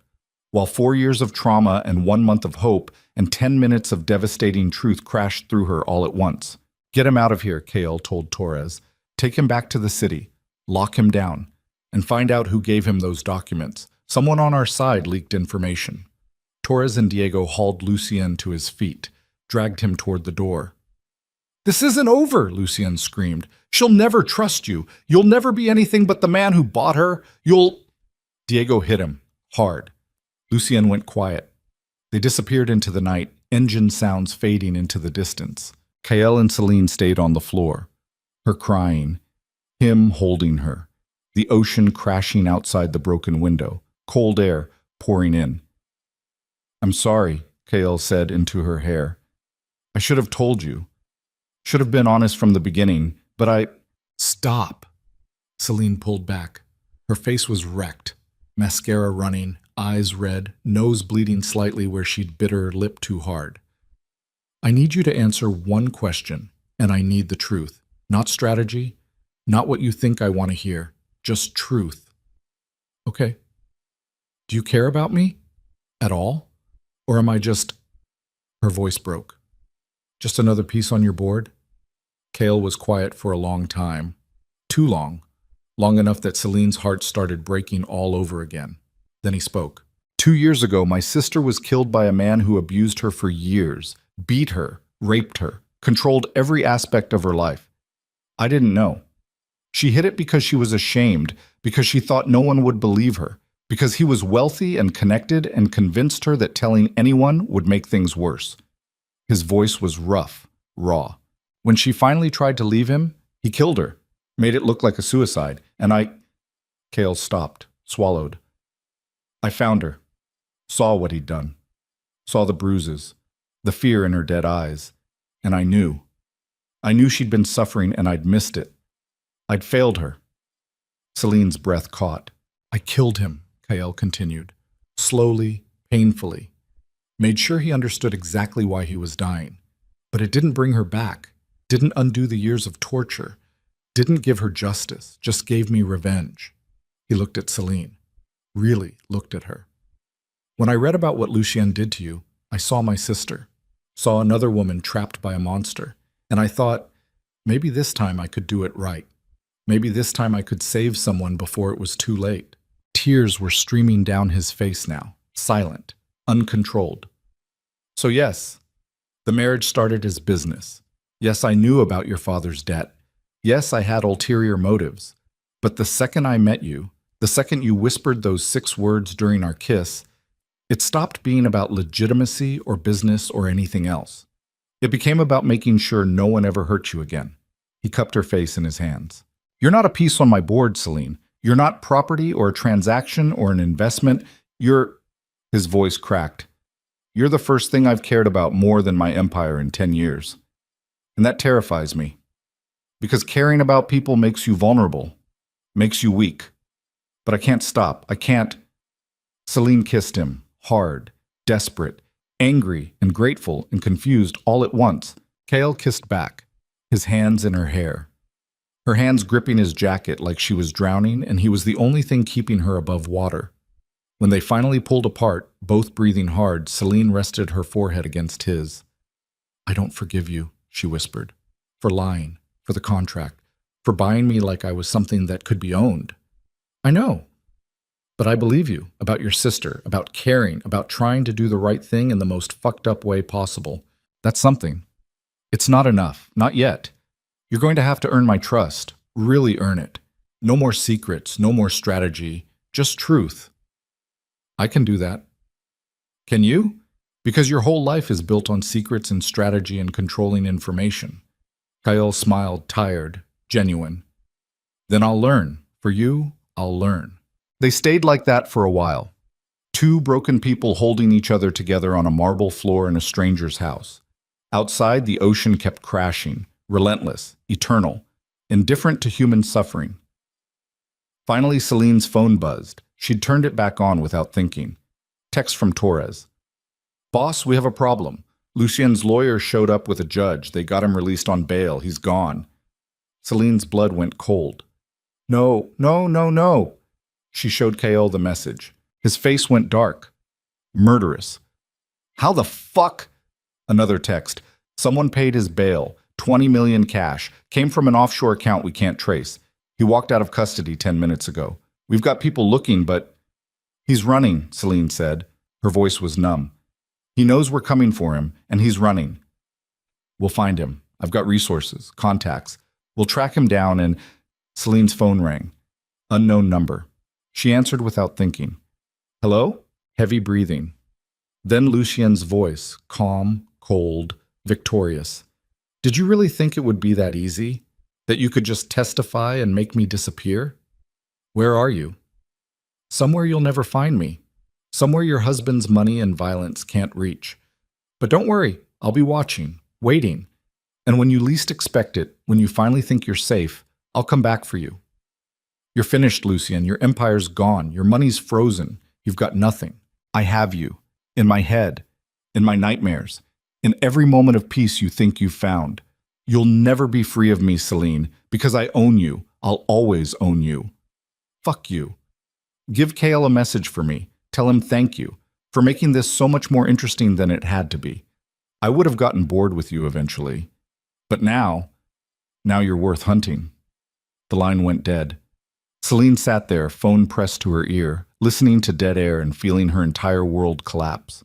Lucien was gone, free, unpunished, and he was coming back. Kale took the phone from her shaking hands, listened to the dial tone, then threw it against the wall hard enough to shatter. He's not going to stop, Celine whispered. He'll keep coming, keep hunting. We put him on trial. He'll disappear before sentencing. We try to find him. He'll have moved. We kill him. Kale's voice was absolute, final. No trial, no testimony, no justice system that can be bought or manipulated. We find him and I put a bullet in his head. That makes you a murderer. I'm already a murderer. Have been since I was 22. At least this time it'll be for something that matters. Celine wanted to argue, wanted to believe there was another way, a better way. But she couldn't, because Lucien was right. The system wouldn't stop him. Money and connections would keep him free. He'd run forever, always one step ahead, always watching, always waiting for his moment to strike. The only way to stop a monster wasn't law or justice or hope. It was becoming something worse than the monster. Then we hunt him, Celine said. Her voice was cold now, dead. Together, we find him, and we end this. Kale looked at her, saw the transformation happening in real time, saw the last pieces of innocence dying in her eyes, saw her becoming something harder, sharper, dangerous, saw her becoming someone who could survive in his world. You understand what that means? He asked quietly. What we'll have to do? Yes. There's no going back from this. You cross this line, you can't uncross it. You'll be a killer, a criminal, a monster. Celine stood up, brushed glass from her clothes. I know, but at least I'll be alive. At least I'll be free. She looked at Kyle with eyes that had seen too much and survived anyway. You said you'd teach me to be dangerous, so teach me. Teach me how to hunt, how to kill, how to become the kind of person Lucien Varela fears when he closes his eyes at night. Kyle studied her for a long moment, then nodded. Okay, but once we start this, we don't stop until he's dead. No hesitation, no mercy. No second chances. Good. Because he didn't give me any either. They walked out of Lucien's house together, through the broken door, across the manicured lawn, into the SUV where Torres waited with the engine running. Behind them, the ocean kept crashing against the shore. The house stood empty. Blood on the marble floor, broken glass, scattered papers that proved some truths were more damaging than lies. And somewhere in the darkness, Lucien Varela was running. Free, victorious, convinced he'd won. But he'd made one fatal mistake. He'd taught Celine how to be a victim. Now Kyle was teaching her how to be a killer. And when they found him, and they would find him, Lucien would learn that broken things don't just heal. Sometimes they sharpen into weapons. Sometimes they become the very thing that destroys their creator. The hunt had begun. And this time, there would be no survivors. Only justice. Bloody, brutal, and absolute. End part 3. Lucien is loose, protected by money and distance, and the kind of connections that make men untouchable. The trial is dead. The law has failed. Selene and Kyle are no longer playing by civilized rules. They're preparing for war. But hunting a ghost costs more than money. It costs innocence, humanity, the very soul they're fighting to protect. And somewhere in the darkness ahead, Lucien is waiting, planning his revenge, building his trap. The final battle is coming. But who's hunting who? The war room in Kyle's penthouse looked like something out of a military operation. Maps covered the walls, shipping routes, airports, border crossings. Laptops showed surveillance feeds from airports in 12 countries. Phones rang constantly with updates from informants scattered across 3 continents. The air smelled like coffee and adrenaline and the particular tension that comes before violence. Celine stood at the window, watching dawn break over the city. She hadn't slept in 36 hours. Her hands were steady now. No more shaking, no more fear, just cold calculation and the kind of focus that came from accepting you were about to become a killer. Behind her, Kyle was coordinating with his network, Torres at his side, Diego working 3 phones at once, 6 other men, enforcers, trackers, the kind of people who found ghosts for a living, scattered around the room comparing intel. Lucien used a private charter out of Teterboro, Torres said, stabbing a finger at a map. Filed flight plan for Montreal, but the plane refueled in Virginia and changed course. Landed in Mexico City 4 hours ago. Mexico City's too obvious, Diego said. He wants us to think he's running south, probably doubled back. Changed identities. Could be anywhere by now. Not anywhere. Kyle pulled up a financial document on his laptop. He accessed one of his hidden accounts 6 hours ago. $3 million withdrawal from a bank in the Cayman Islands. That money went somewhere. Find out where. One of the enforcers, a thin man with a scar across his throat named Marcus, looked up from his computer. Got something? Private yacht registered to a shell company. Left Cayman Islands harbor 2 hours after the withdrawal. Currently heading northeast, toward the Bahamas. He's island hopping, Torres said. Staying in international waters, making it harder to track. Then we follow him into international waters. Cale's voice was ice. Get me everything on that yacht. Size, crew, weapons capability, and find out where it's really heading. He's not running to the Bahamas for vacation. Celine turned from the window. He's going to his safe house. Everyone looked at her. What safe house? Kyle asked. He mentioned it once. When he was... She stopped, swallowed. When he was hurting me. Said if things ever got bad, he had a place no one could touch him. Private island, somewhere in the Caribbean, fully staffed, fortified, the kind of place you disappear to when the world's after you. You never mentioned this before. I didn't think it was real. Thought it was just another way to make me feel powerless, like he could vanish whenever he wanted, and I'd never escape him. Cale's jaw tightened. Marcus, cross-reference shell companies registered to Lucien or his known associates with private island purchases in the Caribbean over the last 10 years. Marcus's fingers flew across the keyboard. 2 minutes later, he whistled low. Got it. Small island 50 miles north of Turks and Caicos. Purchased 8 years ago through a Panamanian corporation that traces back to one of Lucien's offshore accounts. The island's called Isla Perdida. Lost Island in Spanish. How big? 20 acres. According to satellite imagery, there's one main compound. Helicopter pad. Private dock. Looks like it's designed to be self-sufficient. Diego leaned over to look at the screen. That's a fucking fortress. Stone walls, guard towers, security systems. You can't just walk in there. Then we don't walk. Kyle pulled up more files. We come in fast and hard. Helicopter assault. 3-man strike team. In and out before his security knows what's happening. Too risky, Torres said. We don't know how many guards he has. What kind of weapons? This could be a death trap. It's the only way. He knows we're coming. Every hour we wait, he gets more fortified. More prepared. Kyle looked at Celine. You don't have to come. You can stay here. Let us handle this. No. Her voice was absolute. I need to be there. Need to look him in the eye when this ends. Celine, I'm coming, Kale. Don't try to protect me from this. I'm past protection. I need closure.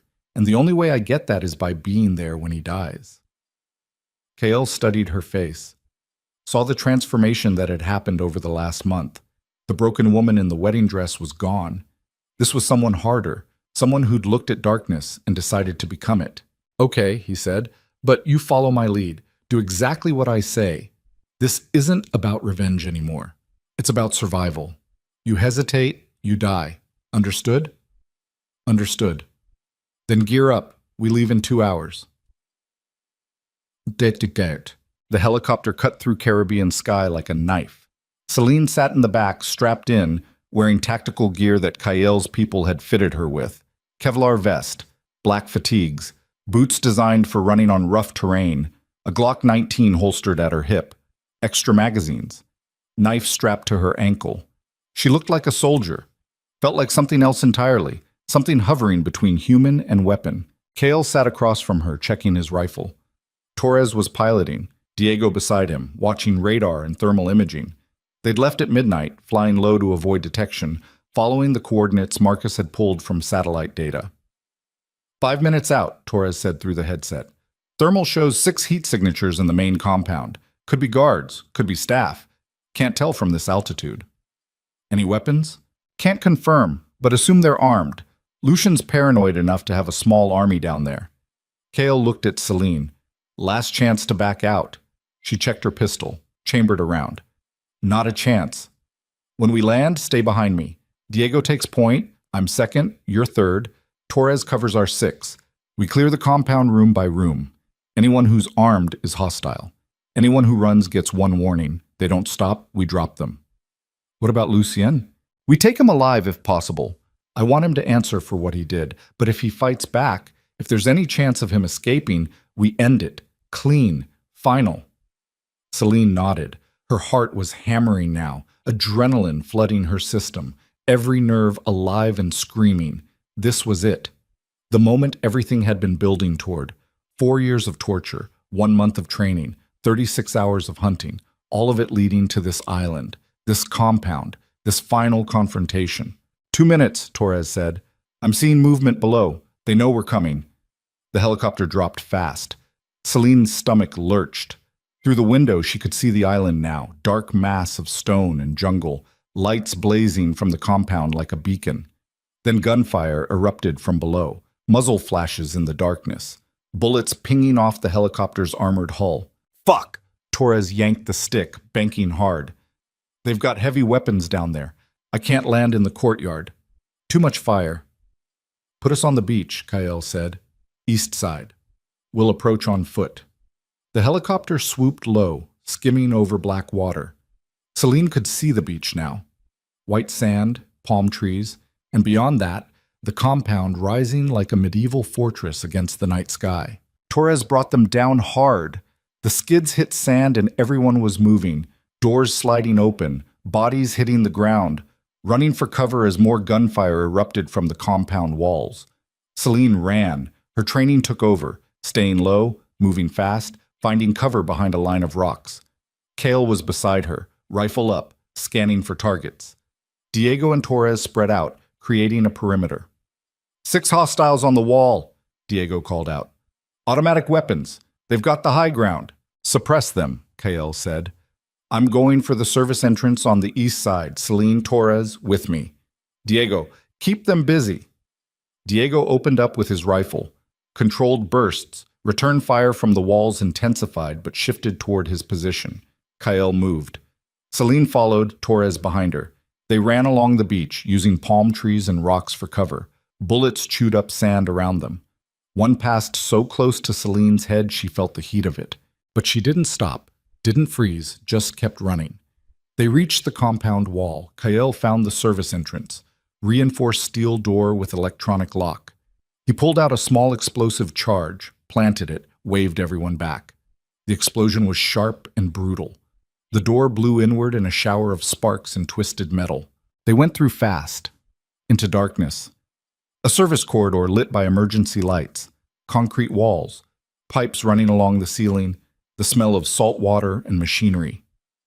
Clear left, Torres whispered. Clear right, Celine said, her voice steady, her hand steady, everything steady except her heartbeat trying to punch through her chest. They moved deeper. The corridor opened into a larger room, generator station by the sound of it. Machines humming. No guards, but voices ahead. Shouting. Orders being given in Spanish and English. Kale held up a fist. Everyone stopped. He pointed to a door on the far side, mouthed the words, "Through there." They crossed the room. Kale tested the door handle.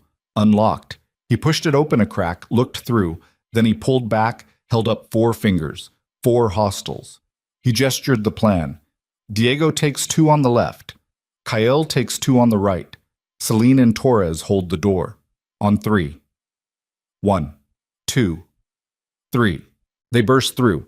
Diego and Kael fired in perfect sync. 4 shots. 4 bodies hitting the floor before they could even raise their weapons. The room beyond was some kind of security station. Monitors showing camera feeds from around the compound. Radio equipment. Maps. The guards had been watching the beach assault, hadn't expected an attack from inside. "Where's Lucien?" Kael demanded, scanning the monitors. Torres leaned over the console. "There." He pointed to one screen. "3rd floor. Looks like a master suite. He's there with 2 more guards." "That's where we're going. Move." They left the security station, moved through corridors that grew more luxurious as they climbed. Concrete gave way to marble. Emergency lights gave way to chandeliers. This wasn't a fortress anymore. It was a palace, Lucien's palace, his final refuge. They reached the third floor, a long hallway lined with expensive art. Door at the end standing open, light spilling out, voices inside. Kael moved up first, rifle shouldered, each step measured, professional. Celine followed. Her pistol felt heavy in her hands now, real. This was happening. This was... A guard stepped out of the doorway. Young kid, maybe 25, eyes wide with fear. "Don't move!" he shouted in accented English. His rifle came up, aimed at Kael. "Put it down," Kael said calmly. "You don't want to die for him. He pays me. He's going to die tonight. You can die with him, or you can walk away." The guard's hands were shaking. He was just a kid, just some kid from the islands who took money to stand in a doorway and probably never thought he'd actually have to fight. "Put the gun down," Kael said again. "Last chance." The guard looked at Kael's eyes, saw death staring back. He dropped the rifle, raised his hands. "I'm out. I'm done. Go!" Kael gestured toward the stairs. "Run and don't look back." The kid ran, footsteps echoing down the corridor. "That was a mistake," Diego muttered. "He'll alert!" Gunfire erupted from the room. Bullets punched through the door frame, chewing up wood and plaster. Everyone dove for cover. The second guard was shooting blind, just laying down suppressing fire, trying to buy time. "Grenade!" Torres said. "No, too close. Lucien might be in there." "Then we go in hard." Kael nodded. He pulled a flashbang from his vest, pulled the pin, counted to 3, threw it through the doorway. The explosion was deafening, even through walls. Flash of light like a sun going off. They moved. Through the door. Into chaos. Smoke and confusion. The second guard was down, clutching his eyes, screaming. Diego put 2 rounds in his chest. He stopped screaming. The room was massive. Master suite with floor-to-ceiling windows overlooking the ocean, king-sized bed, expensive furniture, artwork that belonged in museums, and Lucien Varela standing by the window, holding a pistol aimed at his own head. "Stop right there," he said. His voice was steady despite the gun, despite everything. "One more step and I pull the trigger." Kael froze, rifle aimed at Lucien's chest. "Put it down." "Why? So you can kill me? So your wife can watch me bleed out on this floor?" Lucien smiled, that same aristocratic smile. "No, I don't think so. I'd rather go out on my terms." "You don't get terms," Celine said. She stepped forward, her pistol aimed at his head. "You don't get to choose, not after what you did." What I did was give you purpose, structure. I made you valuable. Without me, you were just another rich girl wasting her father's money. Without you, I'd be whole." "You were never whole. You were always broken. I just taught you to live with it." Celine's finger tightened on the trigger, every instinct screaming to shoot, to end this, to watch him die. But Kael's hand touched her shoulder, gentle, grounding. "Don't," he said quietly. "Not like this. Not with him in control. He doesn't get to escape. He won't. Lower your weapon, Lucien. There's nowhere to go. We've got the compound. Your guards are dead or gone. It's over." "Is it?" Lucien's smile widened. "You think this ends with me dead? You think killing me gives her closure?" He looked at Celine. "I'm in your head, darling. In your nightmares, in every moment of intimacy you try to have with him. You'll never be free of me. Never. Because I broke something in you that can't be fixed." "You're wrong." "Am I? Then pull the trigger. Prove me wrong. Kill me and feel nothing." Celine aimed, her hand steady, her breath steady, everything steady. But she couldn't pull the trigger. Because killing him like this, with him choosing it, controlling it, making it about him, that wasn't freedom. That was just another way of letting him win. She lowered her gun. "No," she said quietly. "You don't get the easy way out. You're going to prison. You're going to spend the rest of your life in a cell knowing that I beat you, that I survived you, that everything you built is gone, and I'm still standing." Lucien's smile faltered. "Torres," Kael said, "restrain him." Torres moved forward, reaching for Lucian's gun. That's when Lucian moved, fast, dropping the gun from his own head, swinging it towards Celine. If I can't have you... 3 shots rang out. Kael's, Diego's, Celine's. All 3 bullets hit Lucian within a second of each other. Center mass. Perfect grouping. Lucien staggered backward, hit the window. Glass cracked but didn't break. He looked down at his chest, at the blood spreading across his white shirt, at the life draining out of him. You... He coughed, blood on his lips. You were supposed to... He collapsed, slid down the window, leaving a red smear, hit the floor and didn't move. Silence filled the room, just breathing, hearts pounding, the ocean crashing outside. Celine stood there, gun still raised, staring at Lucian's body, at the blood, at the man who tortured her for 4 years finally dead. She waited to feel something. Relief, satisfaction, closure. But there was nothing. Just emptiness where the fear used to be. Celine, Kael said softly. She looked at him. Is it over? Yes, it's over. Why don't I feel different? Because killing him doesn't undo what he did, doesn't erase the memories. It just stops him from making new ones. Celine lowered her gun. Her hands were shaking now. Adrenaline crash hitting her all at once. Her legs gave out. Kael caught her, held her, let her cry into his chest while Torres and Diego secured the rest of the compound. Outside, the sun was starting to rise. First light bleeding across the Caribbean, dawn after the longest night. But for Celine, it wasn't dawn yet. Maybe wouldn't be for a long time. Because Lucien was right about one thing. He'd broken something in her that couldn't be fixed. The question now was whether she could build something new from the pieces. They burned the compound. It took 6 hours to wire the entire island with explosives, to make sure nothing remained. No evidence, no trace, no shrine to Lucien Varela's twisted empire. They'd wrapped his body in canvas, weighted it, dumped it in deep water 10 miles off the coast. No funeral, no marker, no legacy except the women he'd hurt and the empire Kael had destroyed. The helicopter lifted off just as the first charges detonated. Celine watched through the window as fire consumed the island, flames reaching toward the sky, smoke billowing black and thick. Everything Lucien had built, everything he'd been, all of it turning to ash.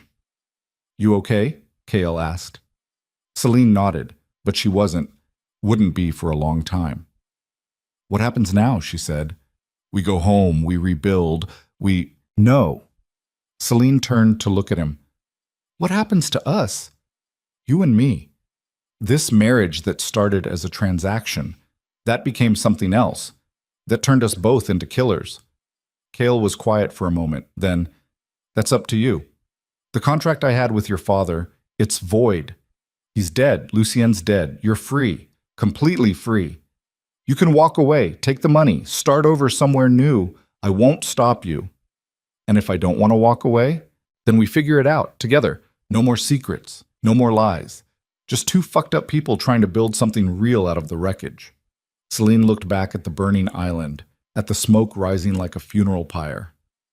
I killed a man tonight, she said quietly, looked him in the eye and pulled the trigger. That changes you, makes you something different. I know. You've lived with that your whole life, the killing, the violence, the blood. How do you do it? How do you stay human? Kael took her hand. You find something worth being human for, something that makes the violence mean something. For me, it was my empire, my legacy. Now, he squeezed her hand. Now it's you. Celine squeezed back. I don't know if I can be worth that much. You already are. They flew back to the mainland in silence, landed at a private airfield in Florida where Kael had another plane waiting. Commercial flight would have raised too many questions, too much scrutiny. By the time they reached New York, it was midday. The city sprawled beneath them. Millions of people going about their lives. No idea that 2 people on a plane overhead had just committed murder in the Caribbean. The SUV was waiting at the private terminal. Torres drove them back to the penthouse while Diego handled cleanup, disposing of weapons, burning clothes, making sure nothing traced back to them. Celine hadn't spoken since they left the island, just stared out the window at the city passing by. at the normal people living normal lives, at the world she'd left behind when she married Kyle Serrano. They reached the penthouse, rode the elevator in silence, walked into the living room where everything looked exactly as they'd left it 36 hours ago. Like nothing had happened. Like they hadn't just killed a man. Celine walked to the window, looked out at the city, at her reflection in the glass, still in tactical gear, still carrying a gun, still covered in someone else's blood. "I need to shower," she said. Okay. She didn't move, just stood there staring at her reflection, at the stranger looking back. "Celine, I thought it would feel different," she said. "Killing him. I thought I'd feel relief or satisfaction or something, but I just feel," her voice cracked, "I just feel empty. Like he took something from me even in death." Kyle came up behind her, wrapped his arms around her, rested his chin on her shoulder. "That's normal. The first kill always leaves you hollow, makes you question who you are, what you've become. Does it get easier? No, but you get better at living with it. I don't want to get better at living with murder. I don't want to become..." She stopped, looked at their reflection, at the crime lord and his broken bride. "I don't want to become you." The words hung in the air, sharp, cutting. Kale pulled back. "I know, and I don't want that for you either." "Then what do we do? How do we move forward when we're both killers, when our marriage is built on blood and violence and revenge? We choose, every day, to be better than what we've done, to build something that isn't about survival or violence or fear." Like what? Like the foundation you wanted to build, for women like you, like Ivy. Give them a way out, a place to heal. Use the money I've made from violence to stop violence. Celine turned to face him. "You'd do that? Really commit to going legitimate?" "I was already planning to. The Serrano Empire has been transitioning for 5 years. Less weapons, more real estate, less drugs, more legitimate shipping. By next year, most of our operations will be clean." He touched her face. "I want to be someone you can be proud of. Someone who doesn't just destroy. Someone who builds." "I don't know if that's possible. To just walk away from what you've been. It's possible. It's just hard. But if you're with me, if we do it together, maybe it's easier." Celine studied his face, looking for lies, for manipulation, for the strategic chess player who'd bought her from her father. But all she saw was a man who'd killed for her, protected her, given her the tools to save herself. A man who was just as broken as she was. "Okay," she said, finally. "We try. But I need time, space to process what happened, what I did. I can't just move forward like nothing happened." "I understand. Take all the time you need. And no more secrets. If you're planning something, if you're making a move, I need to know. No more protecting me by keeping me in the dark." "Deal." "And therapy. We both need therapy. Real therapy. Not just each other trying to fix each other's trauma." Kale smiled. "That might be the sanest thing you've said all month." Celine almost smiled back. Almost. Then her phone rang. She'd replaced it after Lucian smashed it. New number. Only a handful of people had it. She answered. "Hello?" "Celine Serrano?" A woman's voice, professional, crisp. "Yes. This is Agent Sarah Chen with the FBI. I need you to come down to our field office. There are some questions about Lucien Varela's disappearance that we'd like to ask you." Celine's blood went cold. She looked at Kyle. He could hear the conversation. His expression went carefully blank. "What kind of questions?" Celine asked. "The kind that are better discussed in person. Can you come down today? Say 3 p.m.? I need to speak with my lawyer first." "Of course, bring your lawyer. And Mrs. Serrano, don't leave the city. We'll be in touch." The line went dead. Celine lowered the phone, looked at Kyle with something like panic in her eyes. "They know," she whispered. "They know we killed him. They suspect. There's a difference." "What do we do?" Kale pulled out his phone, started making calls. "We lawyer up. We get ahead of this. Another call came through, this time to Kyle's phone. He answered, listened. His face went dark. "When?" he said. Then, "How many?" Then, "Fuck. Okay, don't move, I'm coming." He hung up, looked at Celine. That was Diego. The FBI just raided 3 of my warehouses. They've got warrants. They're tearing everything apart. Oh, God. Someone talked. Someone gave them evidence. Dates, locations, operations. They know too much. Who? Who would? I don't know. But whoever it is, they're inside, close, someone I trusted. Celine's mind raced. Lucien. Before he died, he said he had insurance. Said if anything happened to him, evidence would be released. Maybe.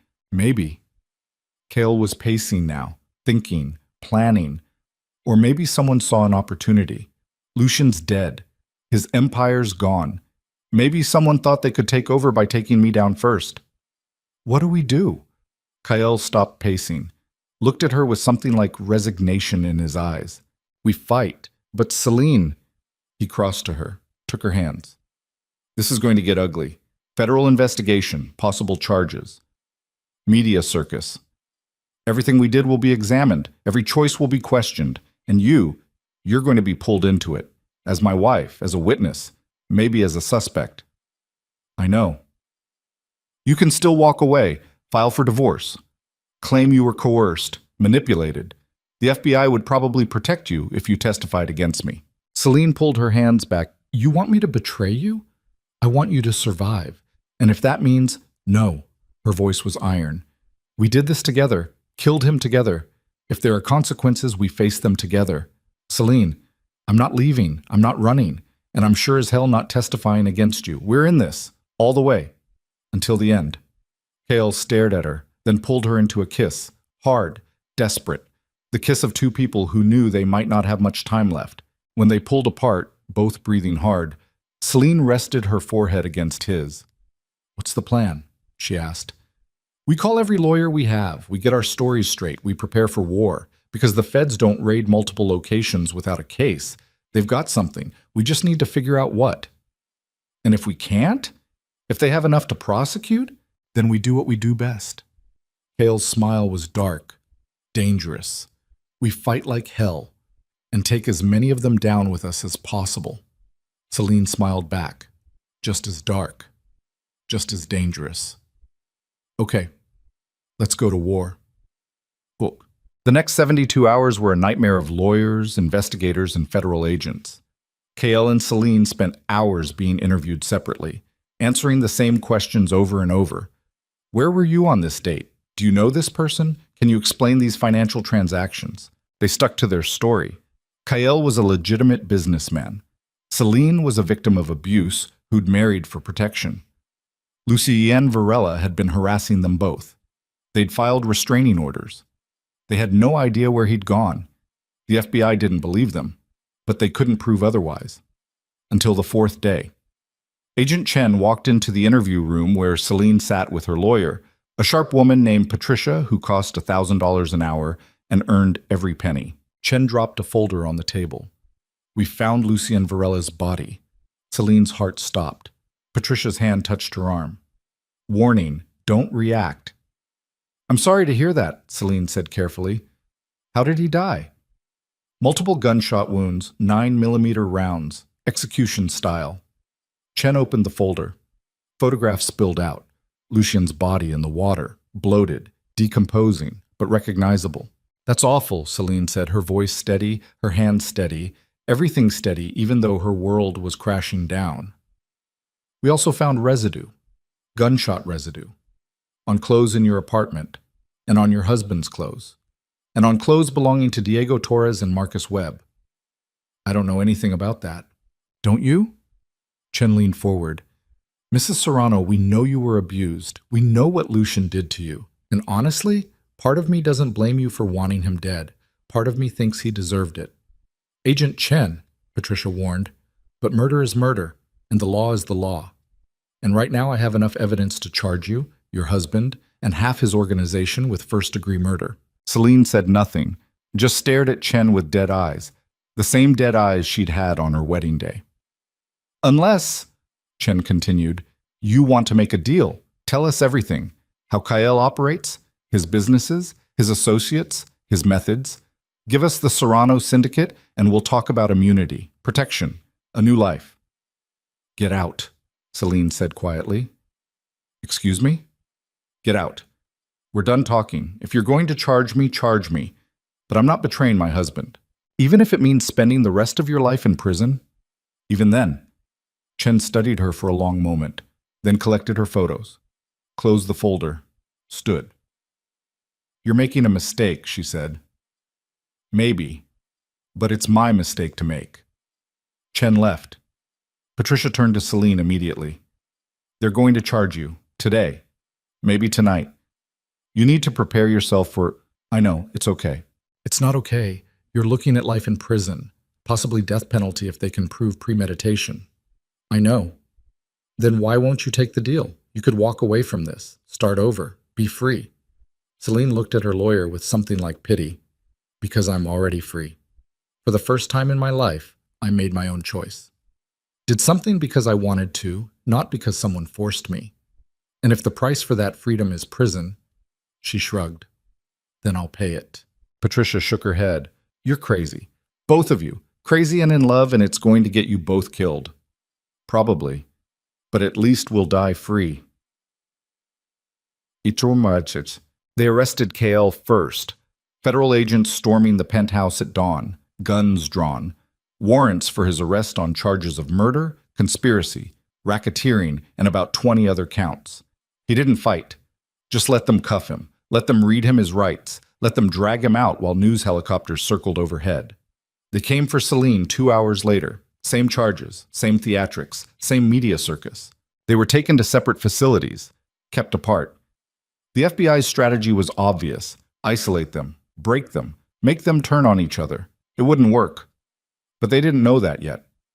Celine sat in her cell, 8 by 10 feet, concrete walls, metal toilet, thin mattress that smelled like despair, and thought about how she'd ended up here. 4 months ago, she'd been a prisoner in Lucien's apartment, beaten, broken, waiting for someone to save her. Now she was a prisoner in federal custody, facing murder charges, waiting for… what? Freedom? Redemption? Justice? None of those things existed anymore, and not for her. But she'd made her choice. Killed her monster. Stood beside the man who'd helped her do it. And if that meant dying in prison, then at least she'd die knowing she'd fought back. At least she'd die knowing she wasn't a victim anymore. The door opened. Patricia walked in, looking grim. They've set bail at 50 million, she said. Each. Kyle can probably make it, but you… Don't. Celine held up a hand. Don't post bail. I'm staying. What? Why? Because if I run, they'll use it against me. They'll say I'm a flight risk, that I knew I was guilty. Better to stay. Face it head on. Celine, that's crazy. I know. You keep saying that. Patricia sighed. The trial starts in 3 months. I need you to tell me everything. Every detail. Every moment. So I can build a defense. No defense. I did it. We did it. I'm not denying that. Then we plead self-defense. Claim you were afraid for your life, that Lucien was going to kill you, and no lies, no strategies. I killed him because he deserved to die. That's the truth. That's what I'll say in court. That's suicide. Maybe, but it's honest. Patricia gathered her papers, stood. I'll see what I can do. But Celine, she looked back. If you're determined to go down for this, at least let me try to keep you alive. Let me fight for you even if you won't fight for yourself. Okay, fight, but don't expect me to lie to save myself. Patricia left. The door clanged shut. Celine lay back on the thin mattress, stared at the ceiling, at the fluorescent lights that never turned off, at the future stretching ahead of her, court dates and sentencing, and years in a cage barely bigger than this cell. But she didn't regret it, didn't regret pulling that trigger, didn't regret watching Lucien die. Because for the first time in 4 years, she'd taken control of her own life. And that was worth any price, even this one. End part 4. Lucien is dead. The island is ash. But the law has teeth too. Federal investigation. Murder charges. A trial that will tear apart everything Celine and Kyle built. They've won the war but lost the peace. And somewhere in separate cells, they're both wondering the same thing. Was killing the monster worth becoming one yourself? The final verdict is coming. And this time, no amount of money or violence or love will change the outcome. Only truth matters now. and the truth is written in blood. The trial started on a Tuesday morning in late November. Cold rain hammering against the courthouse windows. Media circus outside. Cameras, reporters, protesters holding signs that read everything from "Justice for Victims" to "Free Celine Serrano" to lock them both up. Inside, the courtroom smelled like old wood and nervous sweat. Celine sat at the defense table in a navy suit that Patricia had chosen. Conservative, professional, the kind of outfit that said "respectable woman" instead of "killer." Her hair was pulled back. No makeup except what was needed to look human after 3 months in a cell. Kyle sat at a separate table with his own legal team. They weren't allowed to sit together, weren't allowed to speak. The prosecution had argued they'd coordinate stories, intimidate witnesses, conspire. But when Celine walked in that first morning, Kyle's eyes found hers across the courtroom. And in that look was everything they couldn't say out loud. "I'm here. I'm with you. Whatever happens, we're in this together." Celine nodded once, then sat down and prepared to fight for her life. The prosecution's case was brutal and methodical. Assistant U.S. Attorney James Morrison was 45, silver-haired, with the kind of presence that made juries lean forward and listen. He laid out the timeline with surgical precision. Lucienne Varela's abuse, the marriage arrangement, the systematic destruction of Lucien's empire, the trip to the island, the shooting, the body dumped in the ocean. He had forensics. Ballistics matching the bullets to guns registered to Kael's security team. Gunshot residue on clothing. Financial records showing payments to Diego and Torres. Satellite data tracking the helicopter. He had witnesses. The young guard who'd run from the compound testified about seeing armed intruders. A fisherman who'd seen the helicopter flying low over water at dawn. A forensic pathologist who confirmed cause of death. 3 gunshot wounds, any one of which would have been fatal. And he had motive, years of documented abuse, restraining orders that had been filed and ignored, a marriage that gave Celine access to resources and protection. This wasn't self-defense, Morrison told the jury during his opening statement. This was premeditated murder, a hunt, an execution, and no matter how sympathetic we are to Mrs. Serrano's past suffering, we cannot allow victims to become vigilantes. We cannot allow private citizens to bypass the justice system and take the law into their own hands. He paused. Let that sink in. Lucien Varela was a monster. I won't dispute that. But he was an American citizen entitled to due process. And these defendants denied him that right. They became judge, jury, and executioner. And for that, they must be held accountable. The jury, 8 women, 4 men, diverse in age and background, listened with careful attention. Some looked at Celine with sympathy, some with suspicion, all with the weight of deciding whether justice meant prison or freedom. Patricia stood for the defense. She was smaller than Morrison, younger, but she had a fire in her eyes that came from fighting lost causes and winning anyway. The prosecution wants you to believe this is a simple case, she said. Murder, premeditation, guilt. But nothing about this case is simple. Nothing about what my client endured for 4 years is simple. And nothing about the choice she faced that night is simple. She walked to the jury box, looked each of them in the eye. Celine Vale, now Serrano, was tortured for 4 years by Lucien Varela, beaten, raped, controlled, isolated from everyone who might have helped her. She tried to leave. He threatened to kill her. She tried to get help. He paid off police, judges, lawyers. She tried to survive. And every day she wondered if this would be the day he finally killed her. Patricia's voice dropped. Got quieter, more intense. When she finally escaped by marrying Kael Serrano, Lucien didn't stop. He stalked her, threatened her, killed her father as a message. And when the justice system released him on bail despite overwhelming evidence of his crimes, she realized the truth. The law couldn't protect her. The courts couldn't save her. She had 2 choices: spend the rest of her life running and hiding or end the threat permanently. She turned to face Morrison. The prosecution calls that murder. I call it survival. And I'm asking you, all of you, to remember that sometimes the law fails, sometimes the system breaks, and sometimes the only person who can save you is yourself. The trial lasted 6 weeks. Thanksgiving came and went. Christmas approached. Outside, the city decorated for the holidays. Inside the courthouse, 2 lives hung in the balance. The prosecution paraded witnesses. Federal agents who'd investigated the Serrano syndicate, forensic experts who matched bullets to bodies, financial analysts who tracked money from Kael's accounts to offshore banks. They called Ivy Mercer to the stand. She testified about Lucien's abuse, about the years of violence, about trying to press charges and having her case dismissed. "Did you ever wish Lucien Varela dead?" Morrison asked. Ivy looked at Celine, then at the jury. "Every single day. Did you ever consider killing him yourself?" Long pause, then, "Yes." "But you didn't. Why not?" "Because I believed in the justice system. I believed that if I just documented everything, if I just gathered enough evidence, eventually someone would listen. Eventually someone would stop him." "And were you right?" Ivy's eyes filled with tears. "No, I wasn't right. The system failed me, just like it failed Celine." Morrison turned to the judge. No further questions. Patricia stood for cross-examination, but she didn't attack Ivy, didn't question her credibility, just asked one question. "If you'd known then what you know now, that the system would fail, that Lucien would keep hurting people, that he'd never face consequences, would you have done what Celine did?" Morrison shot to his feet. "Objection! Calls for speculation. Irrelevant.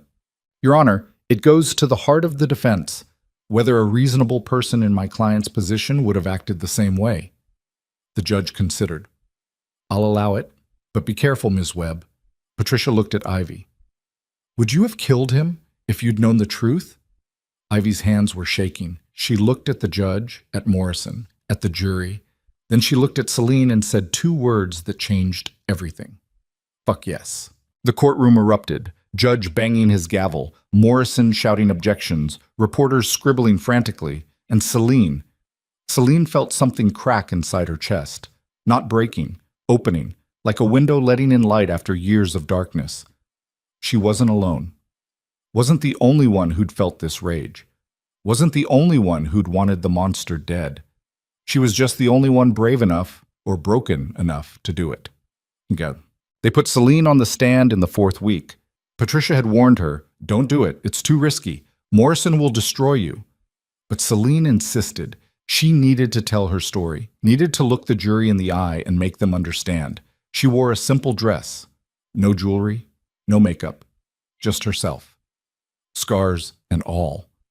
Patricia led her through the timeline, the gambling debts, the sale to Lucien, the first time he hit her, the years that followed.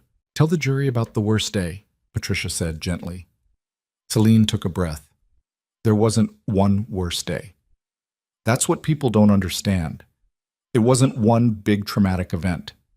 It was 4 years of constant fear, constant pain, never knowing when he'd snap, never knowing if today was the day he'd kill me. "Can you describe a specific incident?" 6 months before I married Kael, Lucien broke 3 of my ribs because I smiled at a waiter. Not flirted. Smiled. Said thank you when the waiter brought water. Lucien saw it as disrespect, as me trying to attract attention from other men. Her voice was steady, flat. The way you talk about trauma when you've processed it so many times the emotion is worn away. He took me home. Beat me until I couldn't breathe. Then he called a private doctor who treated me without filing a report. Paid him $50,000 for silence. "Why didn't you go to the police?" "I tried. Once. 2 years in. Went to a police station with bruises all over my face. The officer took my statement. Said they'd investigate. 2 days later I got a call from Lucien's lawyer. The officer had been reassigned. My statement had disappeared. And Lucien," her voice cracked, "Lucien beat me so badly that night I almost died. Said if I ever tried to get help again, he'd kill me. And I believed him." Patricia let that hang in the air. Let the jury see the truth written on Celine's face. "What changed? Why did you fight back after so many years?" "I married someone who taught me I didn't have to be a victim, who gave me the tools to defend myself, who made me believe that maybe I was worth saving." She looked at Kael. He was watching her with something raw and unguarded in his eyes. "And when Lucien killed my father, when he made it clear he'd never stop hunting me, I realized something. The law couldn't save me. Restraining orders couldn't save me. Even marriage to the most dangerous man in the city couldn't save me. The only person who could save me was me." "So you killed him?" Yes. With your husband's help? Yes. Do you regret it? Celine looked at the jury, at 12 strangers who would decide her fate. No. I regret that I had to do it. I regret that the system failed me so completely that murder was my only option, but do I regret that Lucien Varela is dead? That he can't hurt anyone else? That women like Ivy can sleep at night knowing he's gone? She shook her head. No, I don't regret that. Patricia sat down. Morrison stood up, and for the next 3 hours he tried to break her. He asked about the contract with her father, about the money, about whether she'd married Kael for protection or wealth. He asked about the training, the shooting lessons, the self-defense classes. He asked about the planning, the helicopter, the weapons, the coordination. This wasn't survival, he said. This was premeditated murder. You spent weeks planning how to kill Lucien Varela. I spent weeks planning how to survive. By hunting him down and executing him. By stopping a threat that no one else would stop. You could have left the country, started over somewhere he couldn't find you. I tried that. He found me anyway. He always found me. You could have gone into witness protection and lived the rest of my life in hiding, looking over my shoulder, waiting for the day he bribed the right person and found me anyway. Celine leaned forward. I was already in prison. Lucien was my prison. Death was just changing the walls. So you decided to become judge and executioner? I decided to be free. Morrison changed tactics, started asking about Kael, about the Serrano syndicate, about whether she knew about the illegal businesses, whether she benefited from criminal money. Patricia objected repeatedly. The judge sustained most of them. But Morrison had made his point. Celine had married into organized crime, had access to resources regular victims didn't have, had used those resources to commit murder. By the time he finished, Celine was exhausted, wrung out. But she'd told her truth, and that was all she could do. The judge called a recess. Celine was led back to holding. She sat in the small room, hands shaking, replaying every word she'd said, every answer that might have been wrong. The door opened. She expected Patricia. It was Kael. They'd arranged 5 minutes through some legal loophole Patricia had found. 5 minutes for spouses to speak before the verdict. Celine stood, crossed to him. And for the first time in 3 months, they touched. His hands cupped her face. Her hands gripped his jacket. They stood there, foreheads pressed together, breathing each other in. I'm sorry, Kael whispered, for all of this, for dragging you into my world, for making you into... Don't apologize for saving me. I didn't save you. You saved yourself, with your help, with your protection, with your love. She pulled back just enough to look at him. And if this is the price, if we both go to prison for the rest of our lives, it was worth it, because I got to be free, even if just for a little while. Kael's eyes were wet. I love you. I don't think I've ever said that, but I love you more than my empire, more than my life, more than anything. I love you too. And I'm not sorry for what we did. I'm only sorry we got caught. They both smiled, dark humor, the kind that comes from staring into the abyss and finding something funny in the darkness. A knock on the door. Time was up. They kissed. One last time. Tasting like salt and desperation and promises they might not get to keep. Then he was gone, and Celine was alone again. Closing arguments happened on a Friday. The courtroom was packed. Media, victim advocates, crime analysts, everyone who'd followed the trial for 6 weeks, waiting to see how it ended. Morrison went first. He was good, painting Celine and Kael as vigilantes who'd bypassed the justice system, who'd used wealth and connections to commit murder and cover it up, who deserved to be punished no matter how sympathetic their story was. We all feel for Mrs. Serrano, he said, but sympathy doesn't equal innocence, and abuse doesn't justify murder. If we allow this, if we let victims take justice into their own hands, we don't have a society. We have chaos. We have mob rule. We have vigilantes deciding who lives and who dies based on their personal grievances. He paused. Let that sink in. Lucien Varela was a monster, but he was an American citizen, and he deserved a trial. He deserved due process. These defendants denied him that right, and for that, They must be held accountable. Not because we don't care about abuse victims, but because we care about the rule of law. Patricia stood for the defense. She looked tired. 6 weeks of fighting uphill had worn on her, but her voice was strong when she spoke. The prosecution wants you to believe in a perfect world, she said. A world where the justice system works. Where abuse victims can just call the police and be protected. Where restraining orders mean something. Where wealthy abusers face consequences. She turned to the jury. But we don't live in that world. We live in this one. Where Ivy Mercer tried to press charges and had her case dismissed. Where Celine Vale called the police and her statement disappeared. Where Lucien Varela paid his way out of trouble for years while women suffered. Her voice got harder, more intense. The prosecution talks about due process, about the rule of law. But where was due process when Lucien beat Celine for 4 years? Where was the rule of law when he killed her father? Where was the justice system when he walked out on bail despite overwhelming evidence? She crossed to Morrison's table, looked him in the eye. You want to punish my client for surviving, for fighting back when no one else would fight for her. But I'm asking this jury to remember something simple. The law is supposed to protect people.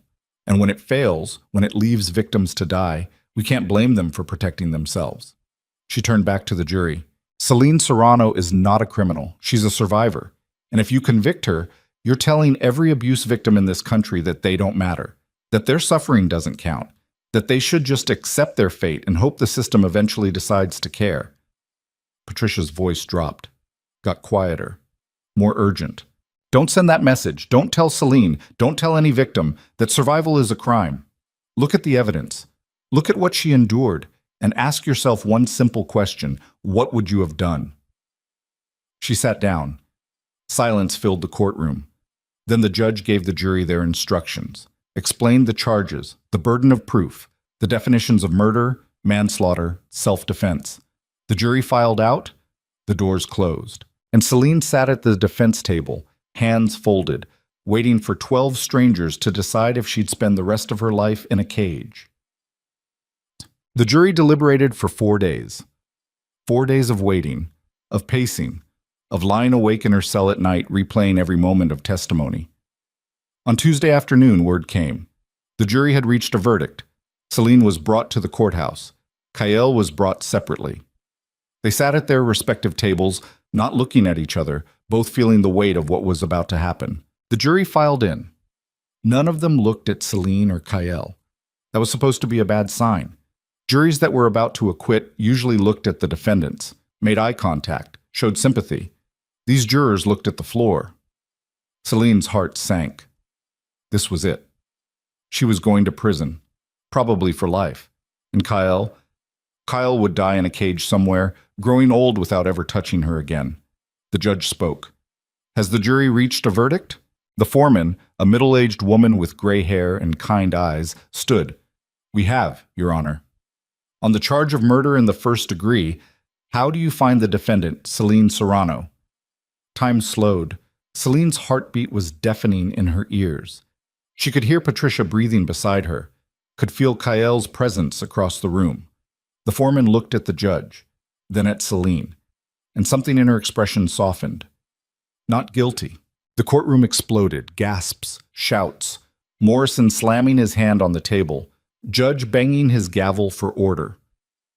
Not guilty, the judge repeated. On all counts? Yes, Your Honor, not guilty on all counts.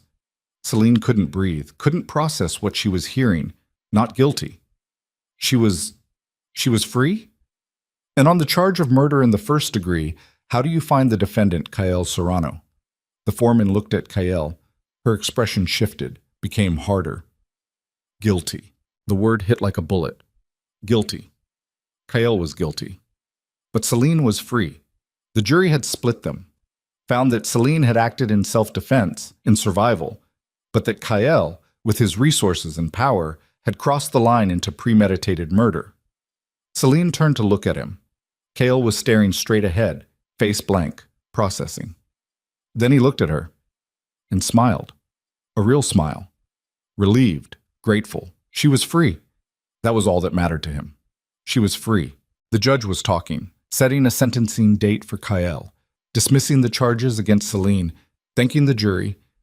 But Selene wasn't listening. She was staring at Kyle, understanding what this meant. He'd go to prison, probably for life.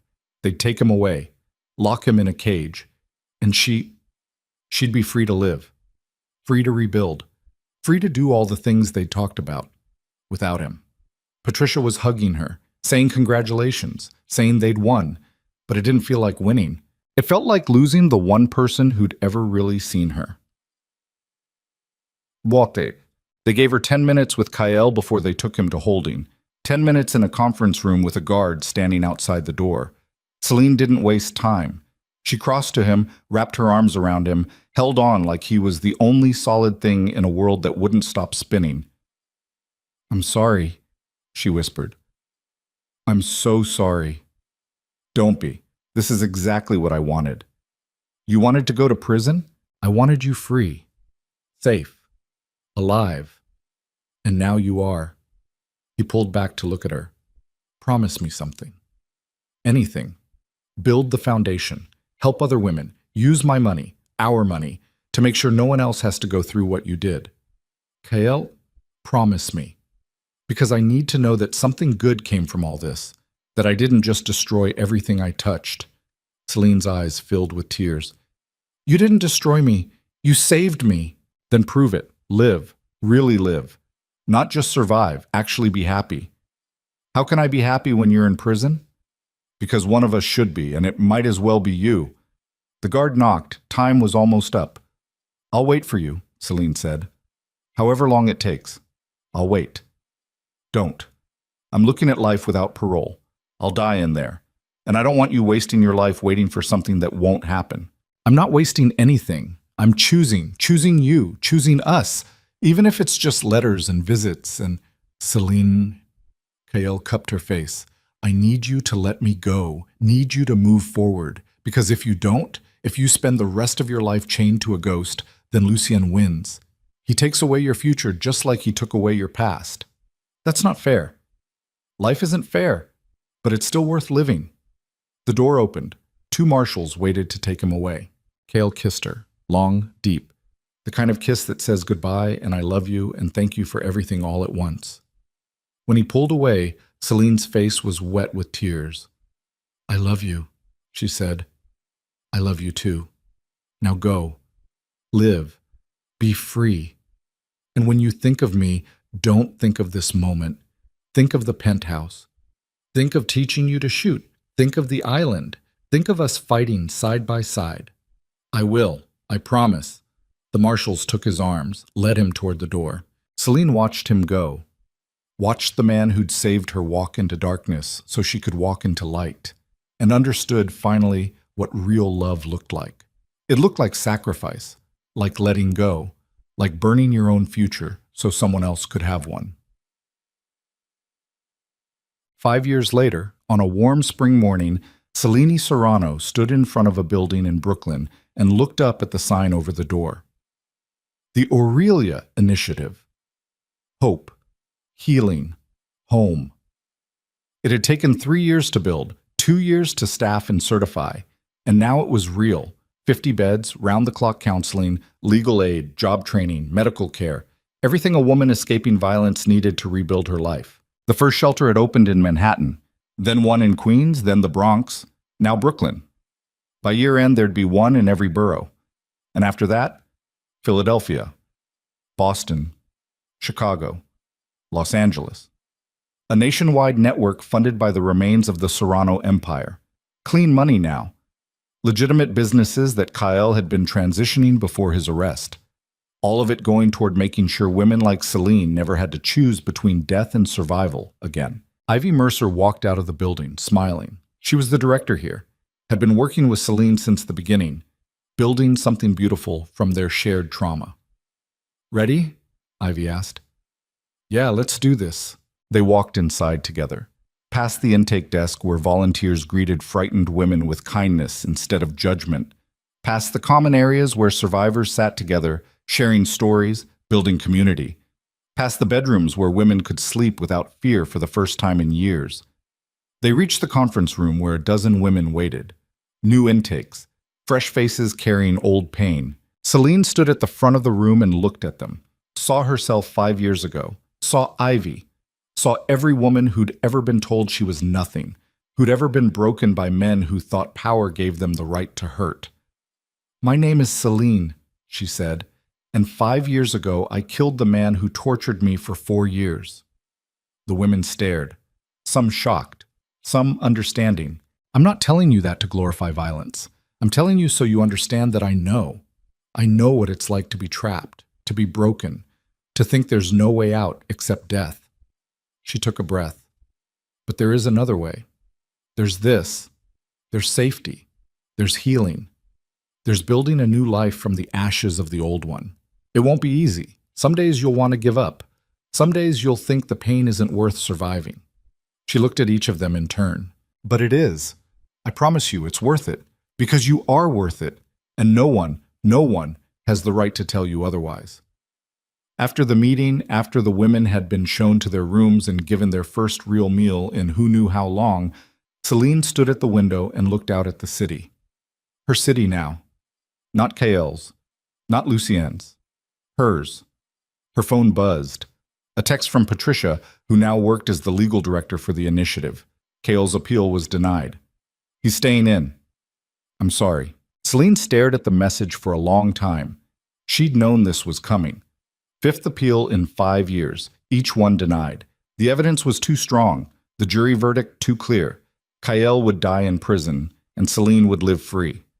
That had been the deal, the sacrifice, the price of survival. She drove to the prison that afternoon. 3-hour trip upstate to a maximum security facility that looked like something out of a nightmare. But she made the drive every month, had for 5 years, would for as long as he was alive.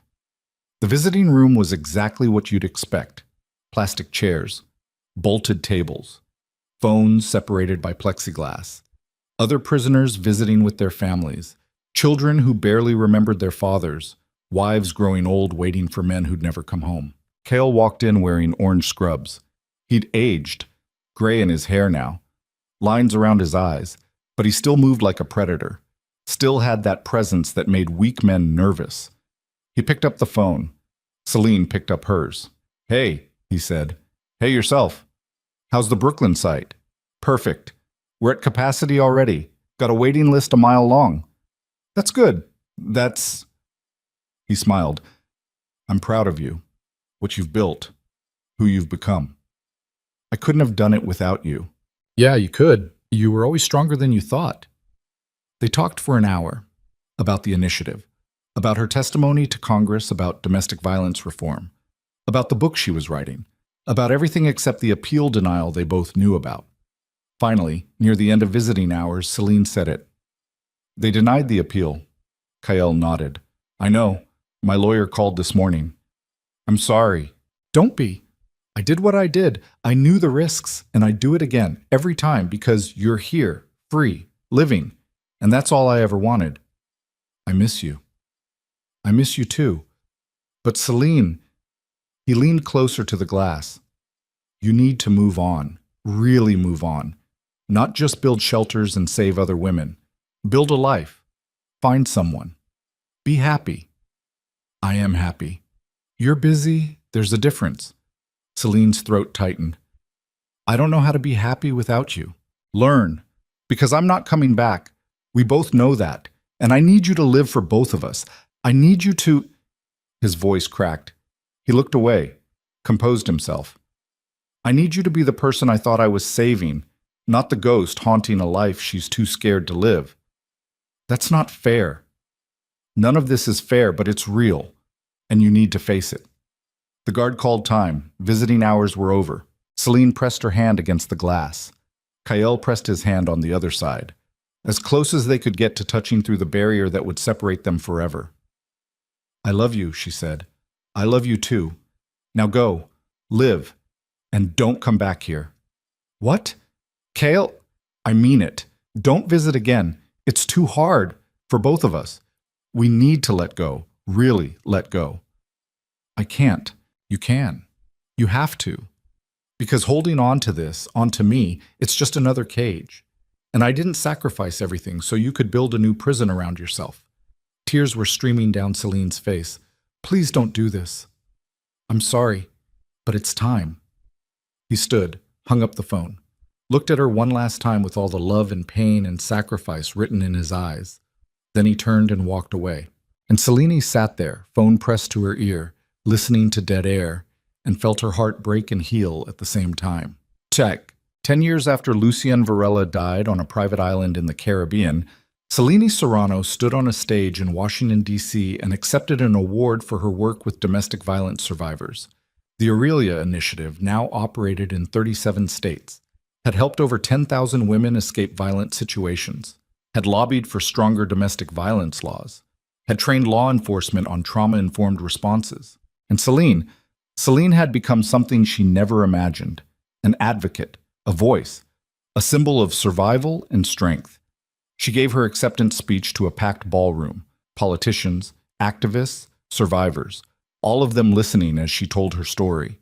Not all of it. The murder conviction had been sealed, the details classified. But enough.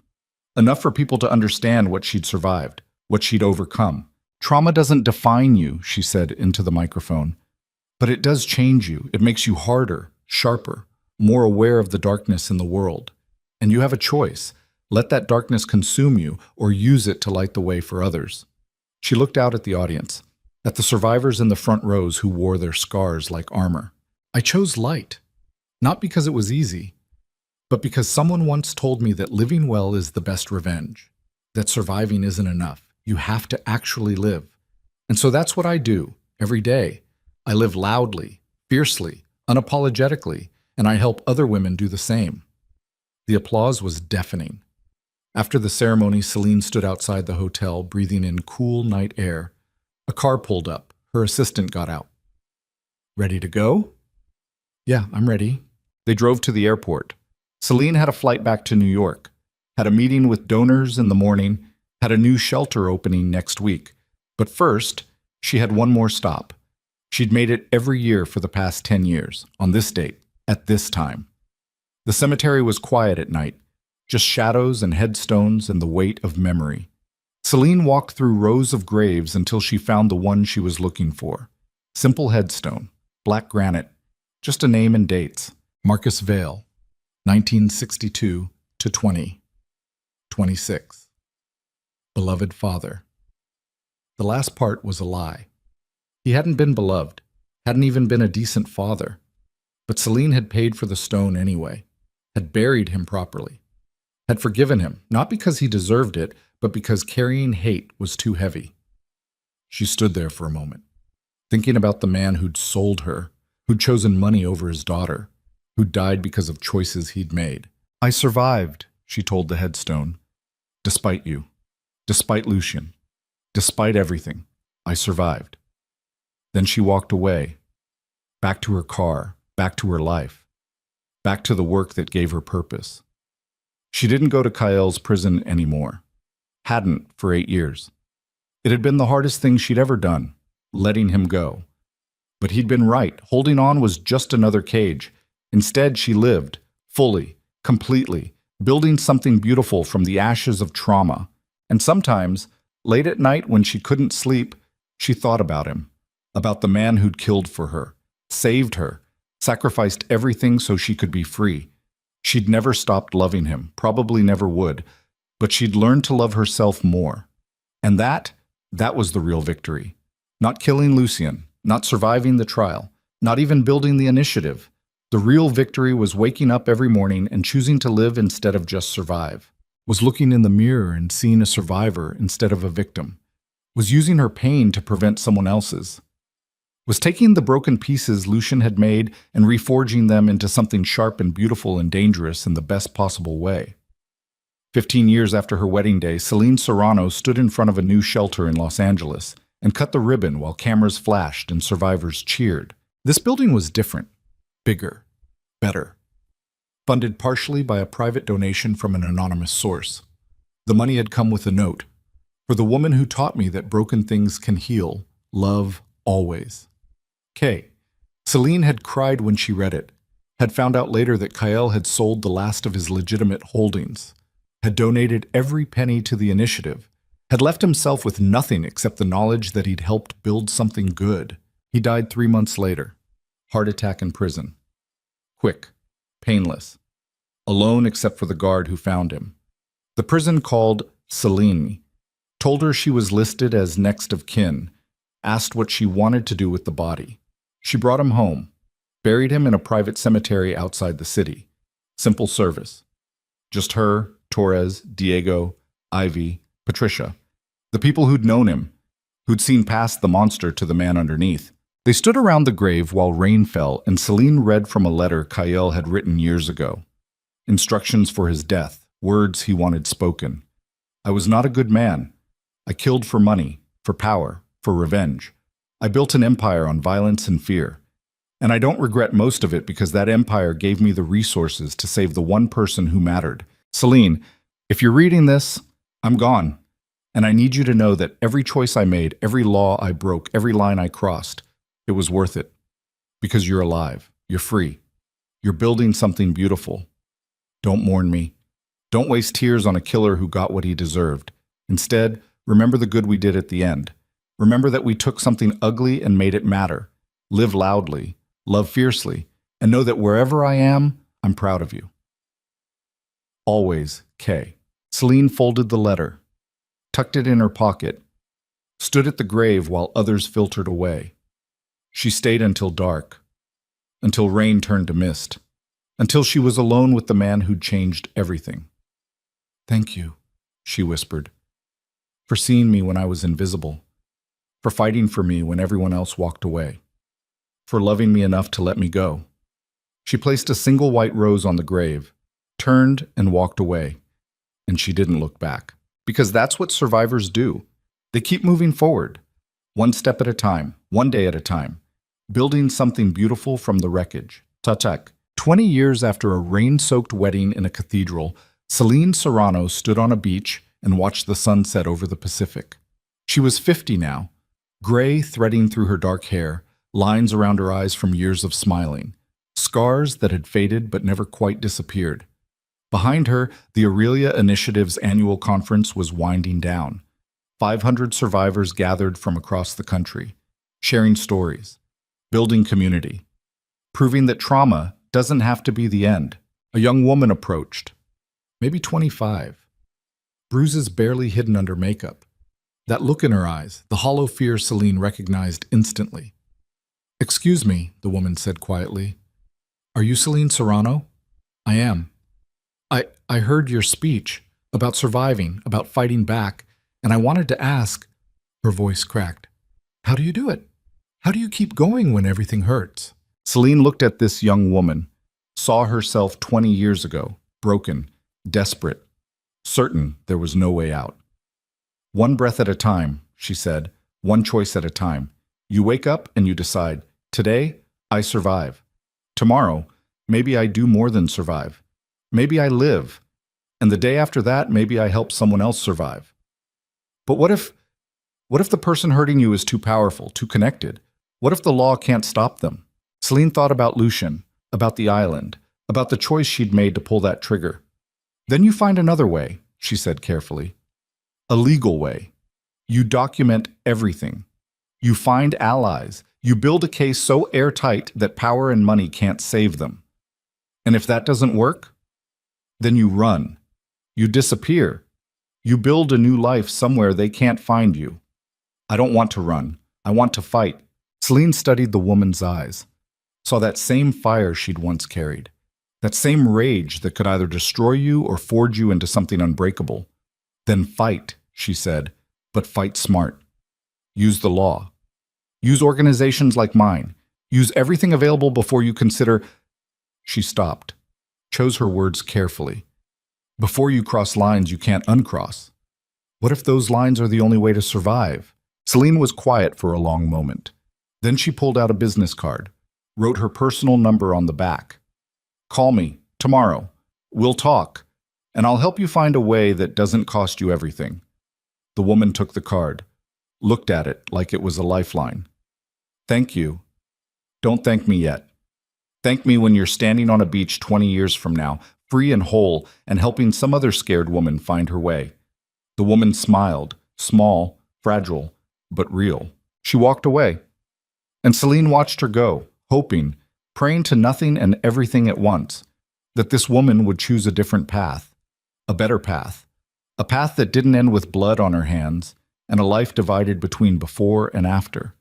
But if she didn't, if the system failed her the way it had failed Celine, then at least she'd have someone who understood, someone who'd walked that dark road and survived. The sun dipped below the horizon, gold and orange and red bleeding across the sky like a wound healing. Celine closed her eyes, felt the ocean breeze on her face, felt the weight of 20 years of survival and sacrifice and building something that mattered. And she thought about Kael, about Lucien, about her father, about every person who'd shaped her into what she'd become. She thought about the scared girl in the wedding dress who'd whispered 6 words that started a war. She thought about the woman who'd pulled a trigger and ended that war. And she thought about who she was now, not a victim, not a killer, not defined by trauma or violence or the men who'd tried to break her. Just Celine, survivor, advocate, builder of hope, whole. Finally, after everything, whole. The stars began to emerge overhead, one by one, light piercing darkness, the same way it always had, the same way it always would. And Celine Serrano stood on that beach, alive and free and fighting for others, and understood that this was what victory looked like.